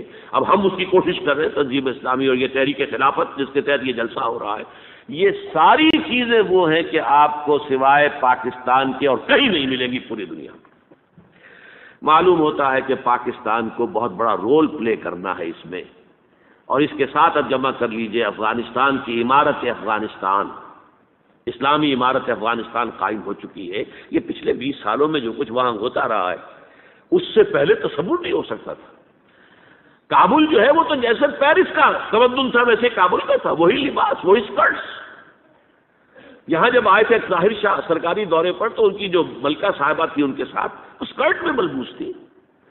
کابل جو ہے وہ بالکل ایک پیرس کی طرح کا شہر تھا. آج کابل جو ہے جا کر دیکھیے، علامہ اقبال کے فرزند بھی دیکھ کر آئے ہیں، تو اگرچہ وہ خود میں سمجھتا ہوں کہ خاصے انہیں آپ لبرل کہیں، آزاد خیال کہیں، لیکن اس درجے متاثر ہو کر آئے تھے کہ انہوں نے یہ کہا افغانستان میں جو میں نے حالات دیکھے ہیں کہ اگر 2-4 اور مسلمان ملکوں کے اندر یہ نظام قائم ہو جائے تو پوری دنیا مسلمان ہو جائے گی. یہ سب کچھ کیسے ہو رہا ہے؟ یہ آنے والے دور کی جھلکیاں ہیں. Coming events are casting their shadows before. یہ سب بتا رہے ہیں کہ پاکستان افغانستان کو مل کر اس میں کوئی عظیم رول پلے کرنا ہے. اور اس کے ضمن میں اب میں علامہ اقبال کے بارے میں آخری بات کہہ رہا ہوں. علامہ اقبال کے بارے میں عام یہ خیال ہے، انہوں نے اپنے خطبات میں مہدی کا اور نزول مسیح کا، حالانکہ میں کل پڑھ رہا تھا مولانا سعید احمد اکبر آبادی رحمۃ اللہ علیہ کا ایک مقالہ ان کا کہ علامہ اقبال نے ابن خلدون کے بارے میں یہ کہا ہے کہ مہدی کا اور نزول عیسیٰ کا دونوں کا انہوں نے انکار کیا ہے. حالانکہ ابن خلدون نے نزول عیسیٰ کا انکار نہیں کیا، صرف مہدی کا انکار کیا ہے. بہرحال علامہ اقبال نے خطبات میں انکار کیا ہے. لیکن یہ کہ اپنی شاعری کے اندر میں چیلنج کرتا ہوں کسی بڑے سے بڑے اقبال شناس کو، ان کا یہ شعر ذرا سنیے.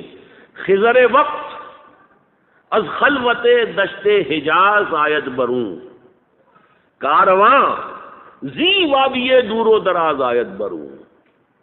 خضر وقت، امام وقت، رہنمائے وقت، قائد وقت، خلوت دشت حجاز، حجاز کی صحرا کی کسی خلوت گزینی سے نکل کر باہر آئیں گے. میں حیران ہوتا ہوں علامہ کے اس فکر پر اور اس مصرے پر. یہاں انہوں نے شیعہ اور سنی دونوں کے کانسیپٹ جمع کر دیے. شیعہ کا کانسیپٹ یہ چھپے ہوئے کسی غار میں وہاں سے برآمد ہوں گے، اور ہمارا کون سا، میں ام سلمہ رضی اللہ تعالیٰ عنہ کی حدیث سنا چکا، چھپے ہوئے ہوں گے وہ وہاں پر، مدینے سے نکل کر آ کر مکے میں چھپ جائیں گے، اس خانہ جنگی کی حالت میں لوگ ان کی طرف دیکھ رہے ہوں گے، سوچتے ہوں گے انہیں میدان میں آنا چاہیے، کوئی پارٹ پلے کرنا چاہیے، امت کی رہنمائی کرنی چاہیے، لیکن وہ چھپیں گے، وہ کارے ہوں گے، وہ اس ذمہ داری کو قبول نہیں کرنا چاہیں گے، جا کے چھپ جائیں گے مکے میں، وہاں سے مکے والے انہیں نکالیں گے، اور وہ کارے ہوں گے، انہیں بالکل یہ پسند نہیں ہوگا کہ یہ ذمہ داری اٹھائیں۔ تو خضر وقت از خلوت دشت حجاز آیت بروں، کارواں زی وادی دور و دراز آیت بروں، کارواں جو چلے گا ان کی مدد کے لیے اس وادی دور و دراز، اس عظیم وادی دور و دراز، یہ وادی سندھ ہے۔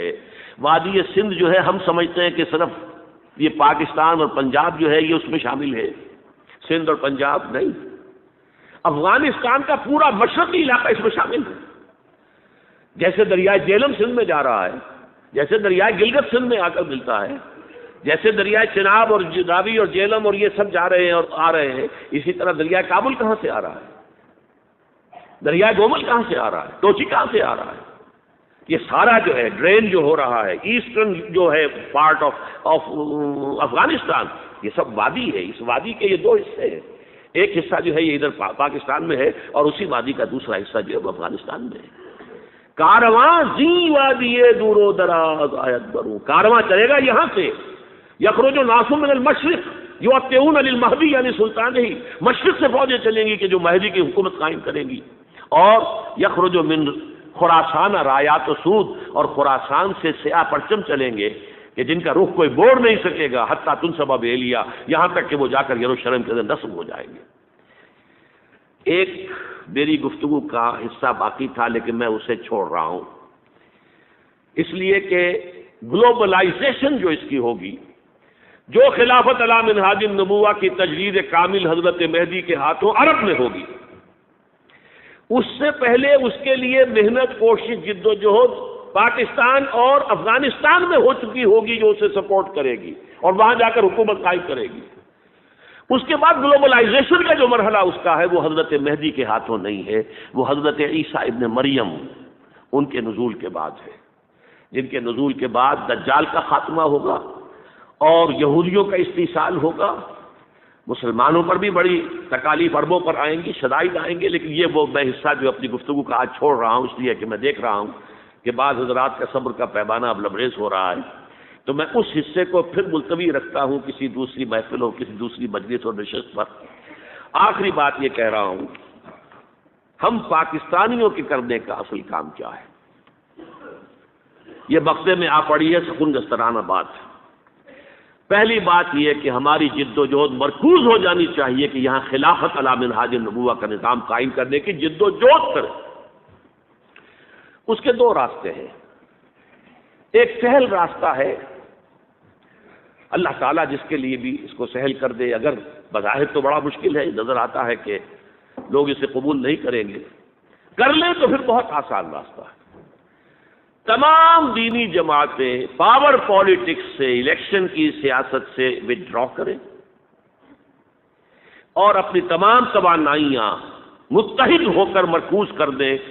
نمبر ایک یہ کہ پاکستان کے دستور میں جس قدر اسلامی دفعات آ چکی ہیں ان کو جو غیر مؤثر کرنے والے چور دروازے ہیں وہ بند کروائے جائیں، جس کے لیے آپ کو یاد ہوگا میں نے مہم چلائی تھی نواز شریف صاحب کے دور حکومت میں کہ یہ ترامیم آپ مزید کر دیجئے، تو یہ جو چور دروازے ہیں جس کی وجہ سے قرارداد مقاصد ہو، دفعہ 227 ہو، یہ سب کے سب، اور یہ جو فیڈرل شریعت کورٹ ہے، یہ سب غیر مؤثر پڑے ہوئے ہیں، کاؤنسل آف اسلامک آئیڈیالوجی غیر مؤثر پڑی ہوئی ہے، ساری چیزیں موجود، پورا اسلام موجود ہے لیکن غیر مؤثر ہے۔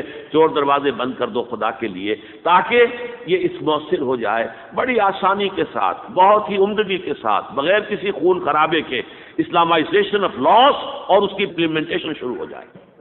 اور نمبر دو یہ استیصال منکرات کے لیے امر بالمعروف نہی عن المنکر، اس کے لیے میدان میں آ کر کے ہمیں نہ حکومت چاہیے نہ اقتدار چاہیے، ہمیں صرف یہ چاہیے یہ حرام ہے، یہ حرام ہے، یہ حرام، اسے ختم کرو، اسے ختم کرو، اسے ختم کرو۔ اس کے لیے میدان میں آئے۔ من رأى منكم منكرا فليغيره بيده فإن لم يستطع فبلسانه فإن لم يستطع فبقلبه۔ حضرات اگر یہ کام ہو جائے، دینی جماعتیں، جماعت اسلامی، جمعیت علماء اسلام، جمعیت علماء پاکستان، ابھی ان کا ایک متحدہ محاذ بنا بھی ہے، لیکن یہ کہ اس کے بننے کے فوراً بعد ہی بات یہ آ گئی تھی کہ یہ انتخابی اتحاد ہوگا. ابھی اس انتخابی اتحاد کی بھی کوئی شکل نظر نہیں آ رہی. جمعیت علماء اسلام نے تو اس انتخابات میں حصہ لیا ہی نہیں ہے، جماعت اسلامی نے بھرپور طور پر لیا ہے، لیکن یہ ہے کہ کوئی اور اتحاد کی شکل ابھی سامنے نہیں آ رہی ہے. لیکن یہ کہ اس سے کوئی فائدہ نہیں ہوگا جب تک کہ پاور پالیٹکس سے علیحدہ ہو کر اور صرف ان دو کاموں پر اپنی توجہ کو مرکوز نہ کریں. اگر کر دیں تو میں اپنا یقین آپ کے سامنے رکھ سکتا ہوں، باقی اس کے لیے کوئی دلیل نہیں دے سکتا. میرے نزدیک چند مہینوں کا معاملہ ہے، ساری فضا تیار ہے، دستور میں ہر شے موجود ہے، صرف رکھنے بند کرنے ہیں، پلٹ کرنا ہے جو بھی وہاں سے جو چور دروازے ہیں ان کو بند کرنا ہے، اور اس کے بعد یہاں پر قوانین کا اسلامی رخ کے اوپر ڈھلنا اور اس کو نافذ ہو جانا بہت ہی اسموتھلی، جیسے کہ گیند جو ہے وہ چلتی ہے کسی ہموار میدان کے اندر فٹ بال ہو، اس طریقے سے جو ہے the process will start rolling. 3 مہینے کے اندر میں سمجھتا ہوں یہ کام ہو سکتا ہے. یہ نہیں ہے تو ظاہر بات ہے کہ جہاں تک تنظیم اسلامی اور تحریک خلافت کا معاملہ ہے، ہم تو ظاہر بات ہے کہ ان صلاتی و نسکی و محیای و مماتی للہ رب العالمین، ہمارا جینا مرنا اسی کام کے لیے. ہماری تو پیش نظر یہ ہے کہ کم سے کم 2 لاکھ کی تعداد میں ایسے فدائین تیار ہو جائیں جو نمبر 1 اپنی ذات اور اپنے گھر میں دین کو پہلے نافذ کر دیں. سب سے کٹھن مرحلہ یہی ہے. اپنے آپ کو بدلنے کو لوگ تیار نہیں ہوتے، چاہتے پورا دنیا بدل جائے، پورا ملک بدل جائے، لیکن میں وہی رہوں، زمین جنبت نہ جنبت گل محمد. لیکن یہ کہ خدا نے آج تک اس قوم کی حالت نہیں بدلی، نہ ہو جس کو خیال آپ اپنی حالت کے بدل دیں. ان اللہ لا یغیر ما بقوم حتی یغیروا ما بانفسہم. اپنے آپ کو بدلو، اپنی معاشرت کے اندر اسلام کو نافذ کرو، چن چن کر نیچے چیزیں نکال دو کہ جو اسلام کے خلاف ہو. اور پھر یہ ہے کسی ایک شخص سے سمع و طاعت فی المعروف کی بیعت کر کے بنیاد مرصوص بنے. اور اگر 2 لاکھ کی تعداد میں ایسے فدائی ہوں تو پھر ہم غیر مسلح بغاوت کریں گے اس ملک کے اندر. سول ڈس اوبیڈینس اور بغاوت کے اس نظام کو ہم نہیں چلنے دیں گے، ٹیکس نہیں دیں گے، کوئی اطاعت نہیں کریں گے، لیکن مسلح نہیں، غیر مسلح جانے دینے کو تیار ہوں گے. شہادت ہے مقصود مطلوب مومن، نہ مال غنیمت نہ کشور کشائی، لیکن کسی کی جان لیں گے نہیں. اور نمبر 2 اس دوران میں جو بھی اللہ کے فضل و کرم سے حالات میں کچھ اتفاقات زمانہ نے جو صورت پیدا کر دی ہے کہ خالص اسلامی عمارت افغانستان وجود میں آئی ہے، جو تعاون جس طرح جس شکل میں جس درجے میں جس صورت میں ممکن ہو، ہر مسلمان پاکستان کا اسے اپنا فرض سمجھے. اس لیے کہ اس وقت کفر کی طاقتیں جو ہے بالکل مجتمع ہو چکی ہیں. امریکہ اور روس ایک ہو چکے ہیں. ایران، اور اب ایران کے بارے میں افسوس کے ساتھ کہہ رہا ہوں، میں نے جو چند نکات بیان کیے تھے ان میں سے ایک نقطے کا اور اضافہ کر لیجیے. وہ بھی ان طالبان کے خلاف جو ہے شدت کے ساتھ وہ جو شمالی ان کے باغی گروپ ہے اس کی مدد کر رہا ہے. اسی طرح بھارت تو پوری طریقے سے ان کے پشت پر ہے. یہ جو ابھی تک ترک ریاستیں آزاد تو ہو گئی، علیحدہ ہو گئی، لیکن ان کا ذہن ابھی تک کمیونسٹ ہے، وہ بھی ان کے پیچھے. اور اس طریقے سے ان کو سپورٹ کر کے اس مسلسل جو ہے طول دیا جا رہا ہے اس کو. تو پاکستان کے ہر مسلمان کا جو چاہتا ہے کہ یہاں دنیا کے اندر وہ خلافت علی منہاج النبوت کا قیام دوبارہ آئے اور ہم محنت کر کے گویا کہ حضرت مہدی کے لیے راستہ ہموار کریں، تاکہ یہاں پر وہ زمین تیار ہو جائے کہ پھر یہاں سے فوجیں جائیں جو سرزمین عرب کے اندر خلافت علی منہاج النبوہ کا کامل نظام قائم کریں، اور پھر وہاں سے وہ اس کا دوسرا مرحلہ گلوبلائزیشن کا وہ حضرت مسیح علیہ السلام کے ہاتھوں ہو. اقول قولی ھذا واستغفر اللہ لی ولکم ولسائر المسلمین والمسلمات.